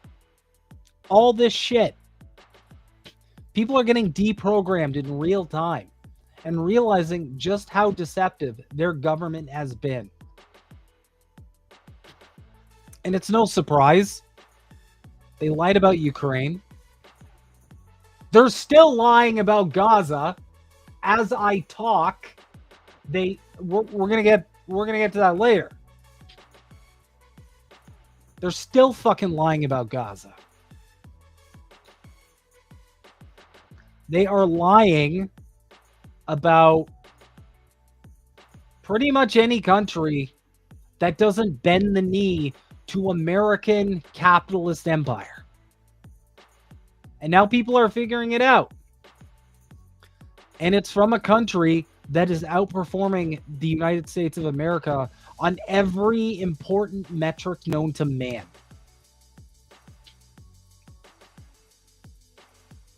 The material interests of Chinese people versus American people.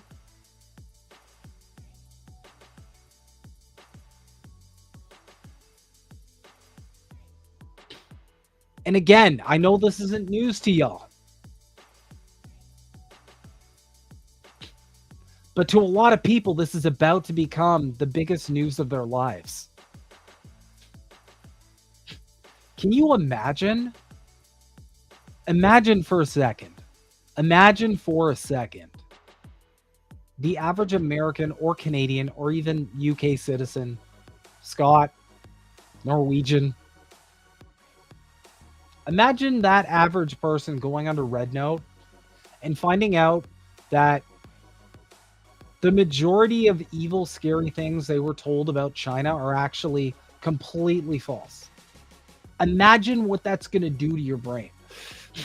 Because it's not just going to cause you cognitive dissonance with that specific narrative. People will start connecting the dots and going, oh shit. Well, if they're lying about China, could they also be lying about communism? Because that's obviously the dot they're going to eventually connect. That's why the ruling class is losing their mind so hard. Were they lying to me about Marx? Were they lying to me about any other country that tries to move past billionaire control?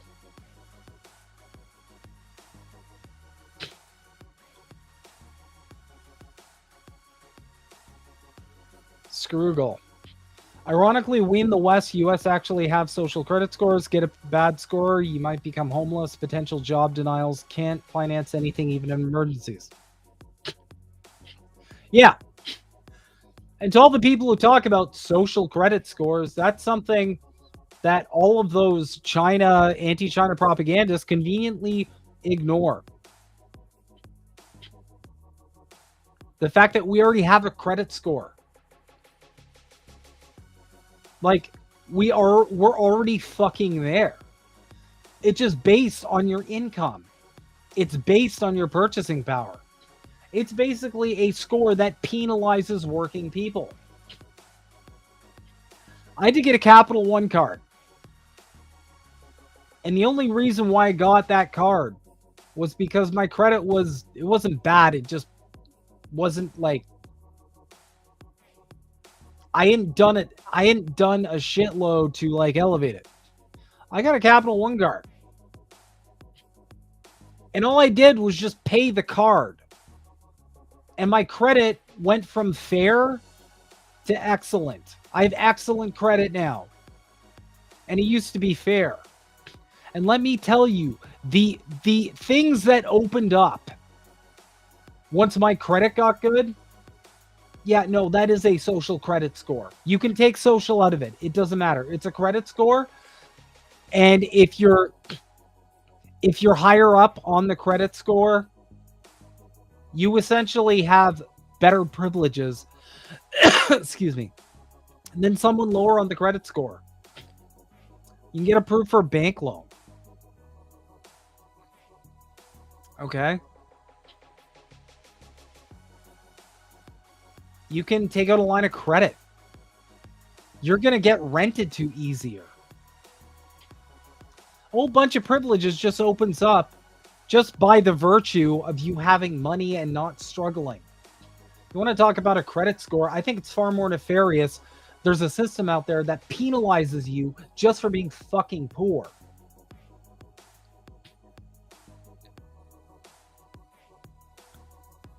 I mean, shit, and it doesn't even make sense.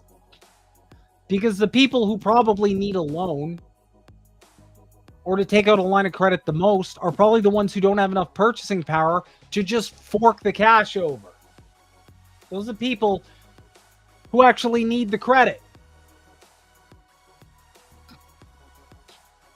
Nobody's out here taking out a line of credit for yachts or some shit. My line of credit is literally just emergency. If something bad happens, at least we have a bit of a cushion. You know?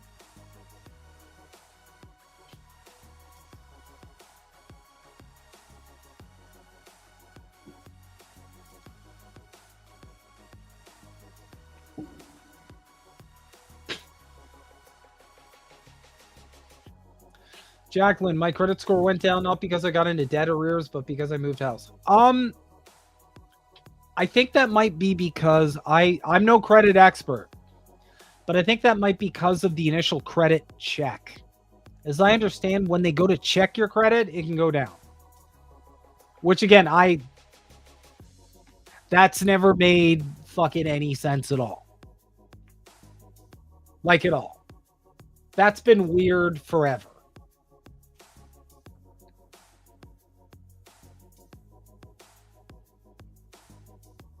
But that's where we're at.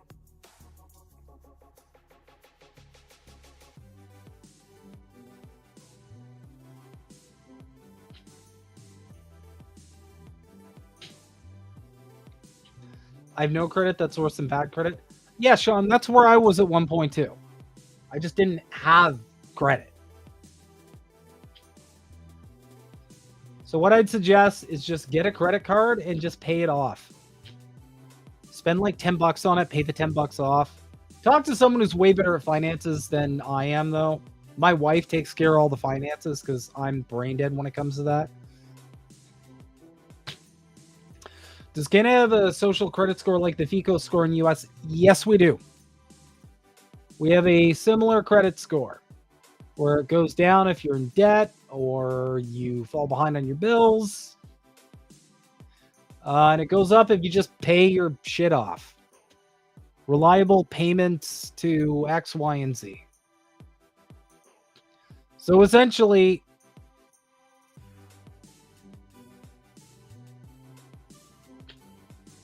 yeah. All right, y'all. We're going to move on to a segment I am really excited about because it is time to do a psychoanalysis. I haven't done one of these in a hot minute. The last big one I did was on Hard Lens Media with friend of the show, Kit Cabello, where I psychoanalyzed Joe Biden. We got another one to do. And I'm excited at least because I have some takes. But first, I have to fucking piss. I'll be right back.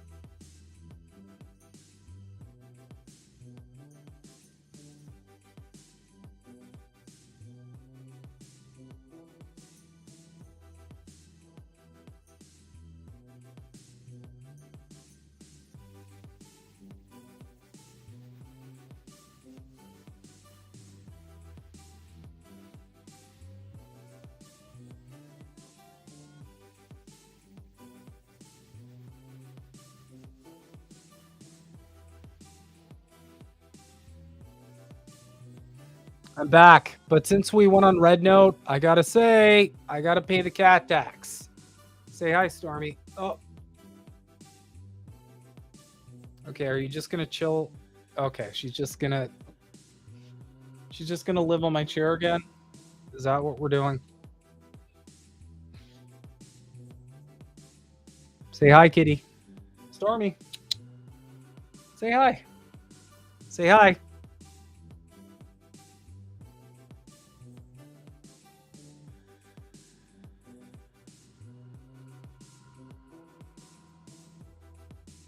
Oh, she's a good kitty. Goodbye. Yep, she GTFO'd there.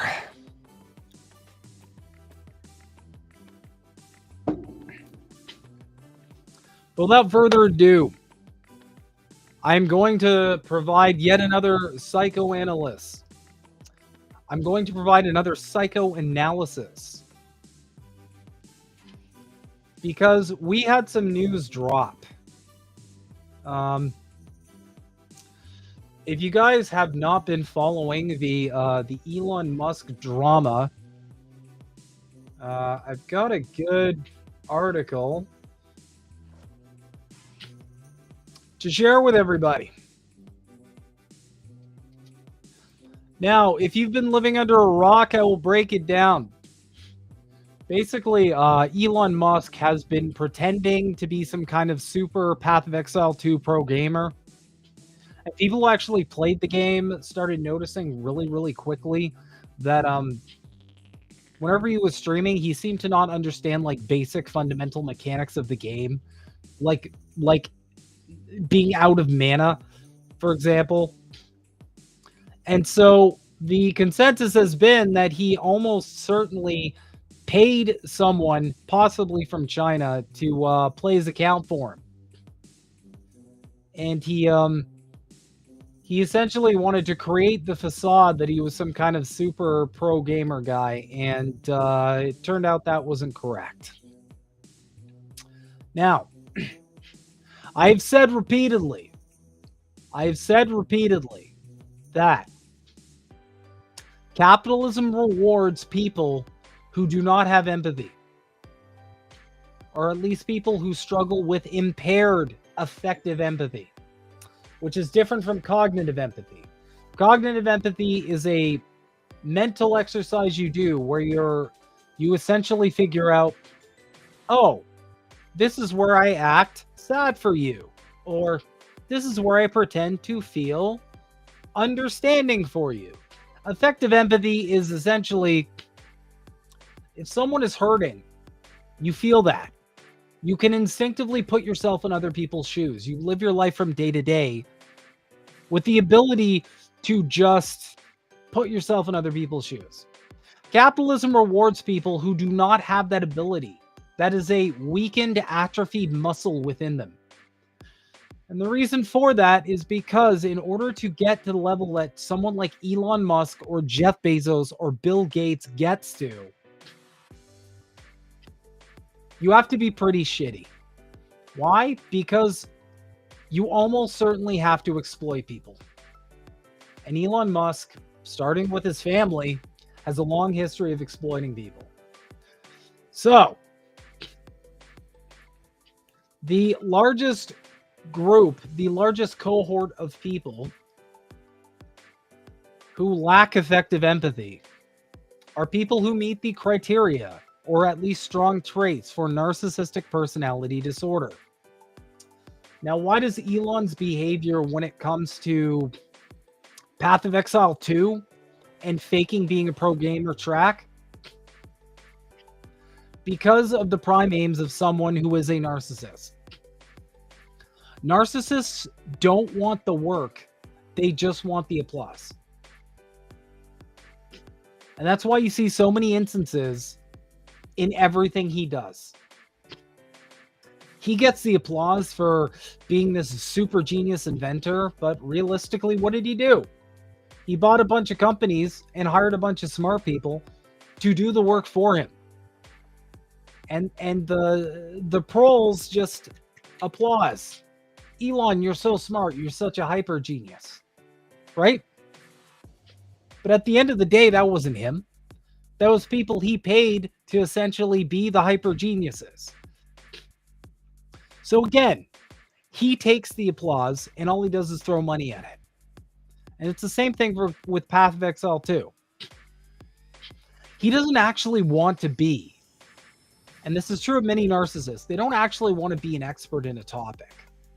They don't actually want to be top in a given field, industry, hobby, sport. They're not interested in that. All they're interested in is being perceived as that. And ideally, they would like to do as little work as possible in order to achieve that payload of validation. Because if they don't have to work for it, that's time they can also spend acquiring validation from other sources.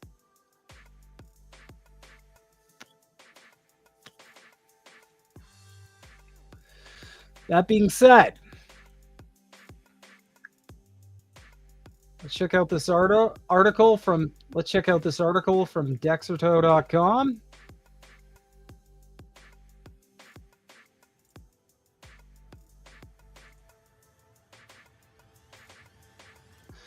Elon Musk leaks Asmongold DMs after unfollowing streamer over PoE2 boosting drama. Streaming star Asmongold has responded to Elon Musk unfollowing him amid the drama of the SpaceX boss boosting in Path of Exile 2. For years, Elon Musk put his love of gaming out there. In the days of Overwatch's peak, he regularly spoke about being a Torbjorn main and sinking hours upon hours into Blizzard's game. However, in the last few weeks, his skills have come under question. The SpaceX boss claimed to be one of the best Diablo 4 players in the world, even submitting a record-breaking time in one of the game's hardest battles. However, Hell Tides has not verified that run, and he only sits 54th. More recently, he's come under fire for seemingly account sharing with someone else to boost up his level in Path of Exile 2.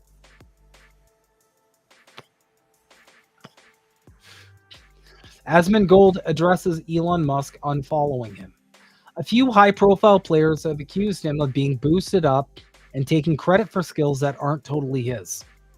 That includes Asmongold, who up until January 15th had been followed by Elon on X/Twitter. Elon unfollowed Asmon. He's probably not happy about the PoE video. There's no way he played that account, he said. He'll get over it. Listen, it was so obvious. You cannot get mad at me for bringing this up. Everybody was talking about this. Come on, man. Come on. It didn't take Elon Musk long to respond after the clip made his way to X and Twitter. Asmon behaves like a maverick, independent, but in reality has to ask his boss for permission before he can do anything. He is not his own man, he said. Shortly after that, the billionaire revealed messages between himself and Asmon in the past as they spoke about his YouTube editors. The Tesla boss also said there are way more receipts where that came from, indicating he is not yet done with the drama. He has responded to the ongoing boosting drama somewhat too, making jokes about who the person behind his account actually is. Okay. So,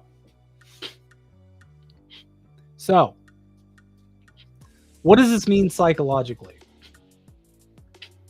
Well, basically narcissists, and I have a strong suspicion that Elon likely suffers from full-blown narcissistic personality disorder. Fuck you, Goldwater Rule. I don't care. And as such, he needs to build a facade for himself. So he's created this Tony Stark facade where he gets all of this validation from being some kind of billionaire, playboy, Superman figure who's apparently good at everything. He's a genius with rockets. He's a genius with electric vehicles. He's a genius with business and Twitter. He's also a meme lord. And yes, he also happens to be a genius when it comes to playing video games. So,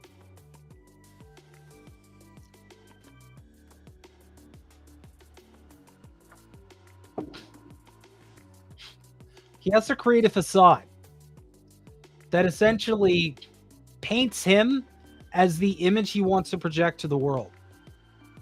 But Asmongold was likely someone he thought was a high value figure, because narcissists, to explain narcissism and narcissists to people who don't study psychology a lot, narcissists engage in something that's called hierarchical thinking. So basically, people have like different like value to them. It's not like you and me, who just looks at everybody as like just normal people, just equal people. There's nobody that's like beneath you. There's nobody that's above you. There's just humans. And like financially, they could be doing better, or socially, they could be doing better, or whatever.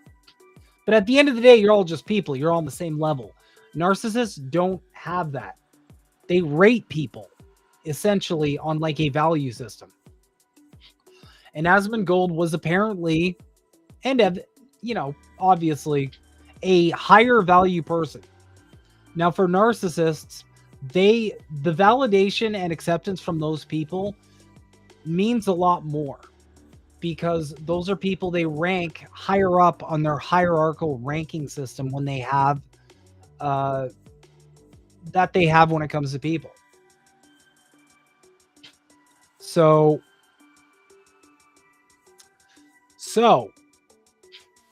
the reason why he reacted this way was because Asmongold, which is someone he likely thought was a high value individual, broke the facade he was trying to portray to the world. This creates something called narcissistic mortification,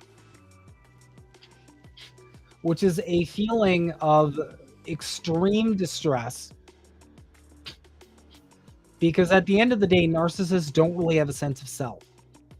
That was broken. It was either taken from them in childhood, or it was approved out of them by helicopter parents.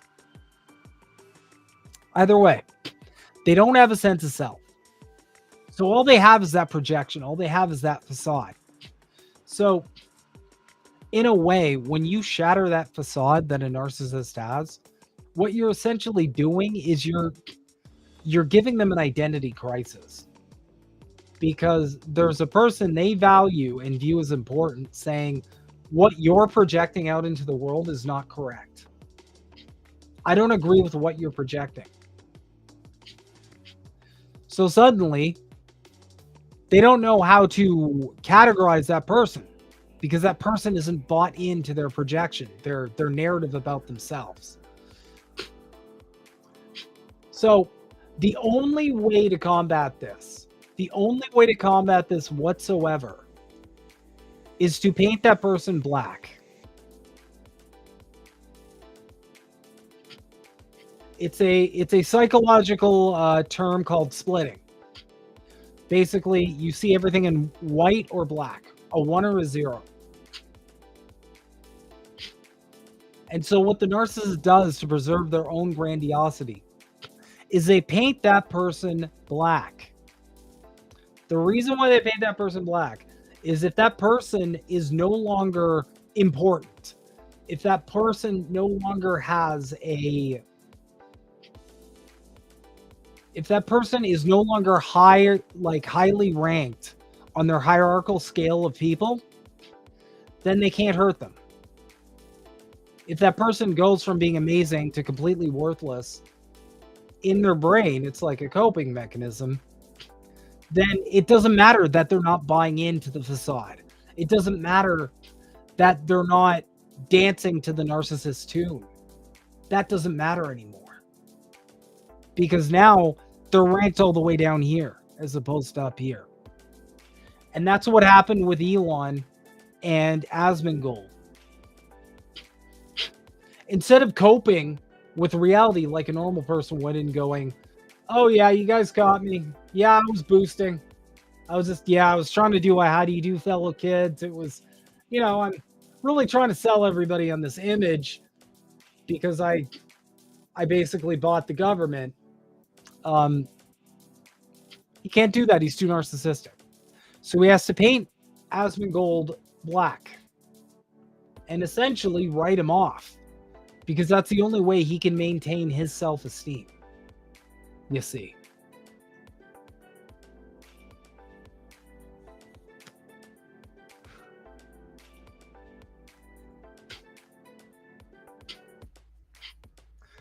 Is it easy for people who aren't psychological experts to mix up a narcissist and someone with autism? Yes, absolutely. There are some psychology experts who actually consider NPD as a weird form of autism. That's not a consensus among the psychological community, but there is some overlap there.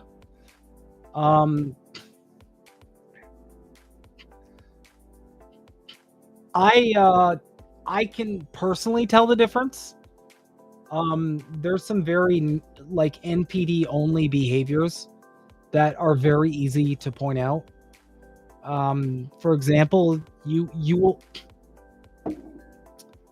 The most important, I'll give you guys a tip. This is the biggest tell when it comes to identifying someone who either has strong narcissistic traits or who is full-blown narcissist. Pronoun density. I don't mean the culture war shit. Pronoun density. Take a note, and nobody does this. We don't do this. You gotta like listen for this. Take note of how many times a person uses me, I, mine, my. Take notice how many times someone refers to themselves. Take notice how many times someone frames every conversation in relation to themselves. Take note of that. That is one of the easiest ways to tell if someone at the very least has narcissistic traits.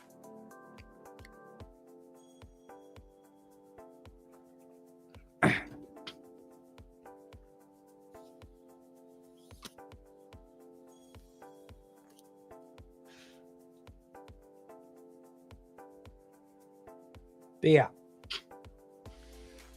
And if you go look up any interview with Elon, same thing. It's always mine, my, I. Same thing with Trump, but Trump's like an easy... Donald Trump's like easy, right? Same thing with Joe Biden. Like, we know they're narcissists. Joe Biden himself has been obviously a narcissist for a long time. He's pretty much admitted as such in the past. Like, that's no shit. Don't forget, there was a period in time where narcissism was like smiled upon. They call the boomer generation the me generation for a reason. It's because narcissism was essentially rewarded.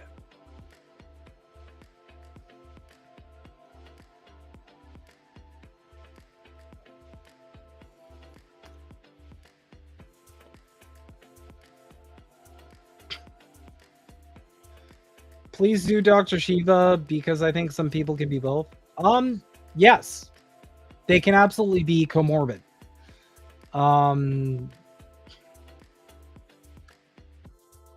All cluster B disorders, which are histrionic personality disorder, antisocial personality disorder, also known as sociopathy or psychopathy, with some varying differences, narcissistic personality disorder, and borderline personality disorder, can be comorbid with myriad other mental disorders.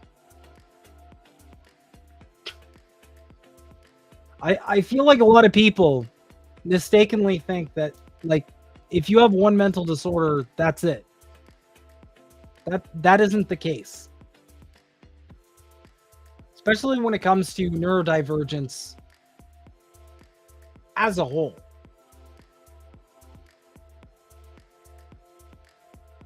For example, you can have ADHD and be autistic. Excuse me. So, Just food for thought.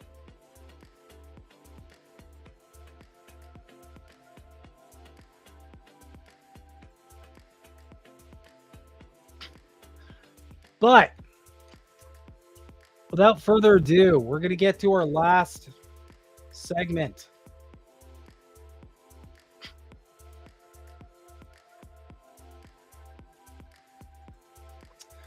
Apparently, Israel and Hamas have finally reached a ceasefire. But wait.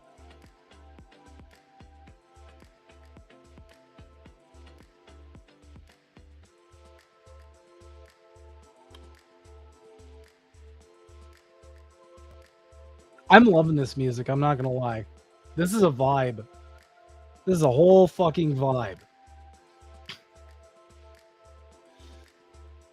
Today, after many months of intensive diplomacy by the United States, oh, what a joker.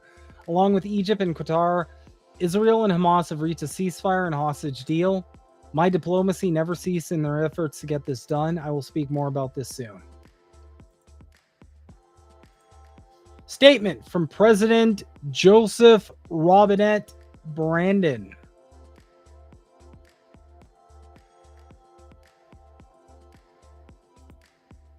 Just going to move my thing so y'all can read it.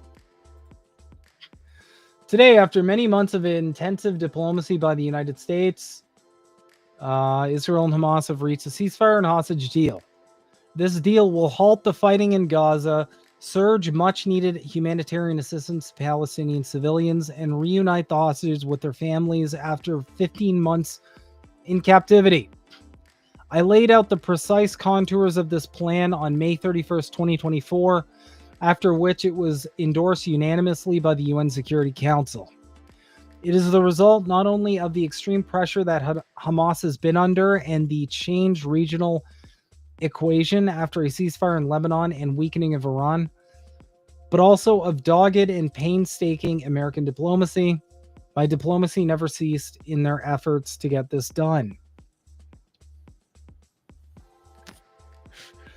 Even as we welcome this news, we remember all the families whose loved ones were killed in Hamas's October 7th attack and the many innocent people killed in the war that followed. It is long past time for the fighting to end and the work of building peace and security to begin. I am also thinking of the American families, 3 of whom have living hostages in Gaza, and for awaiting return of remains after what has been the most horrible ordeal imaginable. Under this deal, we are determined to bring all of them home. I'll speak more about this soon. For now, I am thrilled that those who have been held hostage are being reunited with their families. So, load of shit.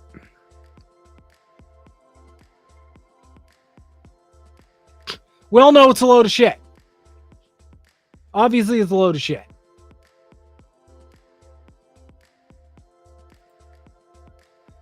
I got to present a W as well.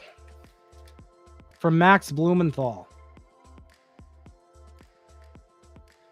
My final words for Tony Blinken, Secretary of Genocide, and his smirking press secretary, Matt Miller. 300 reporters in Gaza were on the receiving end of your bombs. Why did you keep the bombs flowing when we had a deal in May? We all knew we had a deal. Everyone in this room knows we had a deal, Tony, and you kept the bombs flowing. Why did you sacrifice the rules-based order on the mantle of your commitment to Zionism? Why did you allow my friends to be massacred? Why did you allow my friends' homes in Gaza to be destroyed when we had a deal in May? You helped destroy our religion, Judaism, by associating it with fascism. You waved the white flag before Netanyahu. We'll have the time to take questions at the end. You waved the white flag before Israeli fascism. We'll have the time to take questions Your at the end. Your father-in-law was an Israel lobbyist. Your grandfather was an Israel lobbyist. Are you compromised by Israel? Why did you allow the Holocaust of our time to happen? How does it feel to have your legacy be genocide? How does it feel to have your legacy be genocide? You too, Matt. You smirked through the whole thing every day. You smirked through a genocide. Thank you. I'm so glad he called out that piece of shit for his weird smirking. That was the weirdest thing. He talked about this genocide the entire time, and like he was smirking when he... these are all fucking ghouls. And of course, Donald Trump is taking credit. And a lot of people are kind of falling for Donald Trump taking credit, which I don't really fucking understand.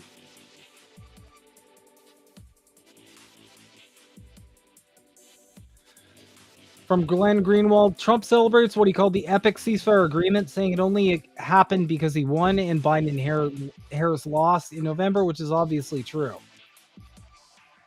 I'm not going to... Listen, I'm going to be real with you guys. I can't stand people who impersonate Donald Trump. 90% of them are terrible at it. They're just fucking bad. And I think it's a cheap gimmick. I'm never going to impersonate Donald Trump. I will impersonate some other people, though, just to be clear. The epic ceasefire agreement could have only happened as a result of our historic victory in November, as it signaled to the entire world that my administration would seek peace and negotiate deals to ensure the safety of all Americans and our allies. I am thrilled American and Israeli hostages will be returning home to be reunited with their families and loved ones. With this deal in place, my national security team, through the efforts of Special Convoy to the Middle East, Steve Witkoff, will continue to work closely with Israel and our allies to make sure Gaza never again becomes a terrorist safe haven. We will continue promoting peace through strength. By the way, guys, in case you don't know what peace through strength fucking means, it means like we're gonna be like blatantly bald-faced imperialistic, and you're not allowed to criticize us because we're saying it's peaceful. That's all peace through strength has ever meant.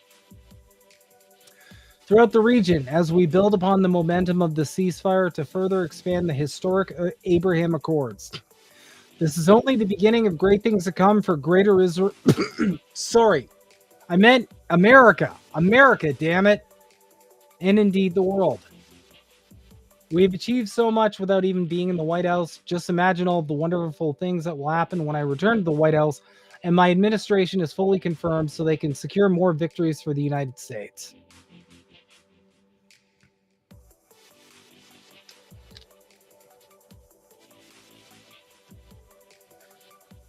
But alas,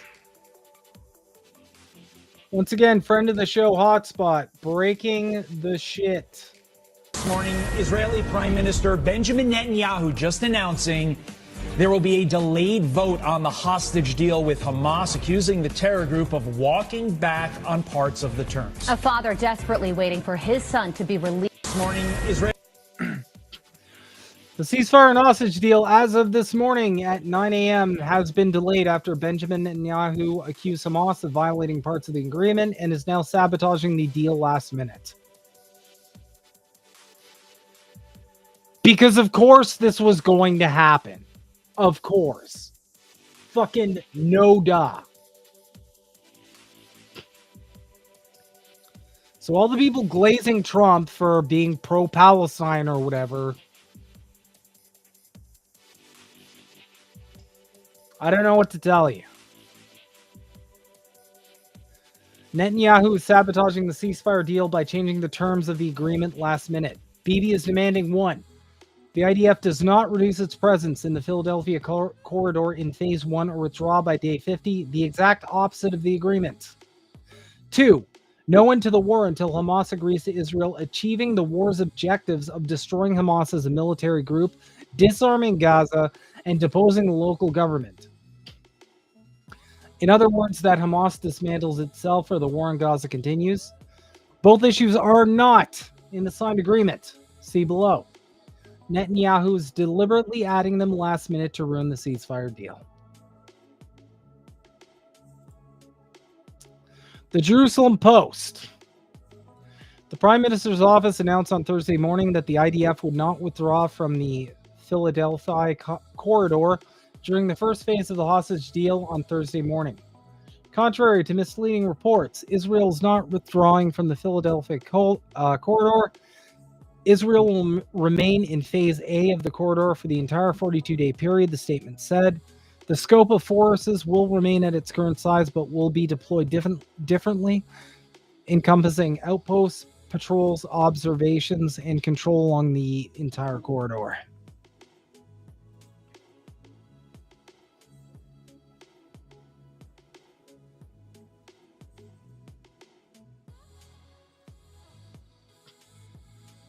So,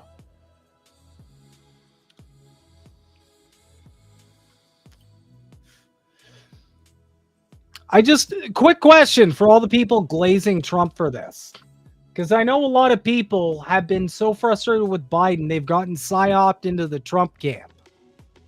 What was the $100 million from Miriam Adelson for that Trump happily accepted? What do you think that money is going towards?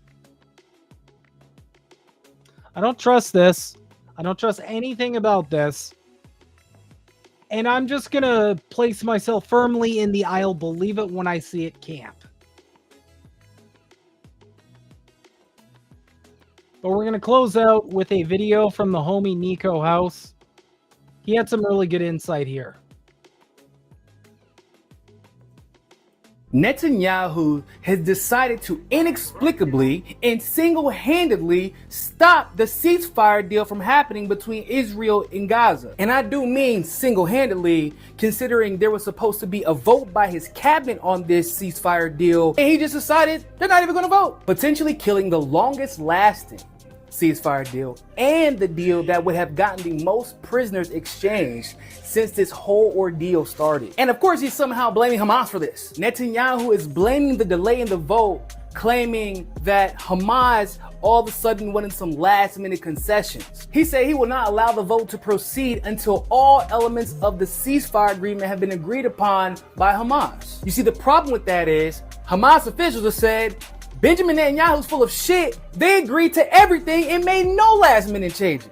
And their story is much easier to believe, because if they did make last-minute changes, then why did Netanyahu call Biden and Trump yesterday, Wednesday, to thank them for all the work they did to help achieve the ceasefire agreement, and mention nothing about a last-minute concession until the morning before the vote was supposed to take place? And why haven't his other officials come out to confirm this claim by Netanyahu? But see, I know exactly why he's postponing the ceasefire agreement and why he didn't talk to his officials before postponing this vote. Now, some of you all might not have known, but Netanyahu was in the middle of a massive corruption trial that was supposed to take place a couple of weeks ago, but because of a surgery that he had, he requested on January 3rd that the hearing be moved back by 2 weeks. Now, the first part of his testimony happened on December the 10th, while the war was still going on, so a lot of people weren't paying attention. The second part of the hearing was scheduled for January the 6th. The ceasefire deal was expected to go into effect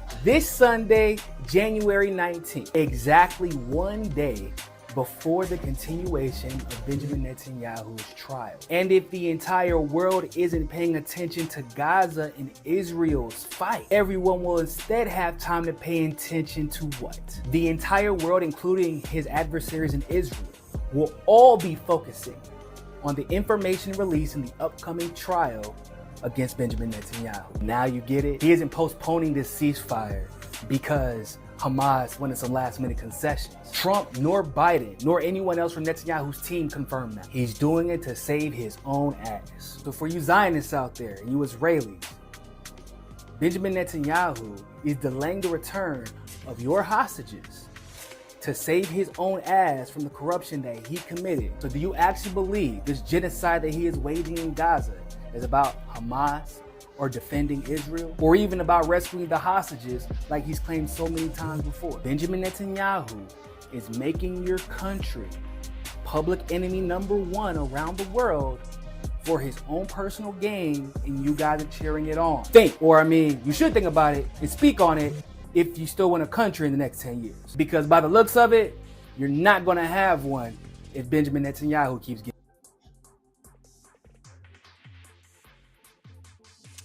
based. Excellent. Shout out to Nico for the excellent content as usual. So that's it. Basically, the TLDR of this week is Red Note is red pilling more Westerners than the State Department and the billionaires can handle. Elon Musk is a rampant narcissist, and I hope people benefited from that breakdown that I provided. I always try and take a beat sometimes to explain the psychology of it all, because it is important. Especially if you're someone who reads theory, participates in like material discussion. Psychology is an important factor because the capitalist system elevates certain people. And inversely, people who are higher on the effective empathy scale, they get the opposite treatment. That's kind of why we have that whole, why does bad shit always happen to good people? Well, because people who are high on empathy, okay, they're easier to exploit. Because they naturally put themselves in other people's shoes. They think about the well-being of others. Narcissists do the opposite.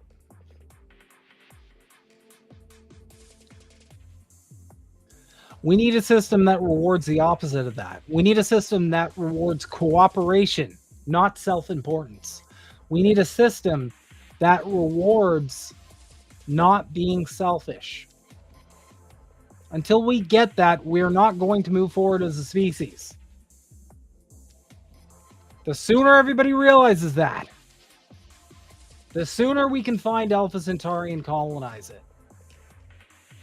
And have gay space communism, obviously.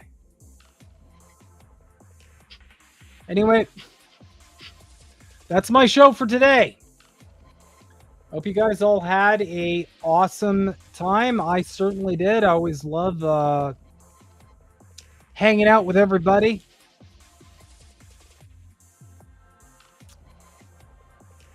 Love seeing all you beautiful people as always as well. If you haven't already, please go to YouTube at SnowHimbo and follow me there. Check out INN as well. That goes without saying. I will be back Monday for another episode of the Maple Vials. Check out the INN channel as well for other updates. And yeah, at the end of the day, keep questioning everything, and yeah, solidarity with the workers as always. Peace, everybody.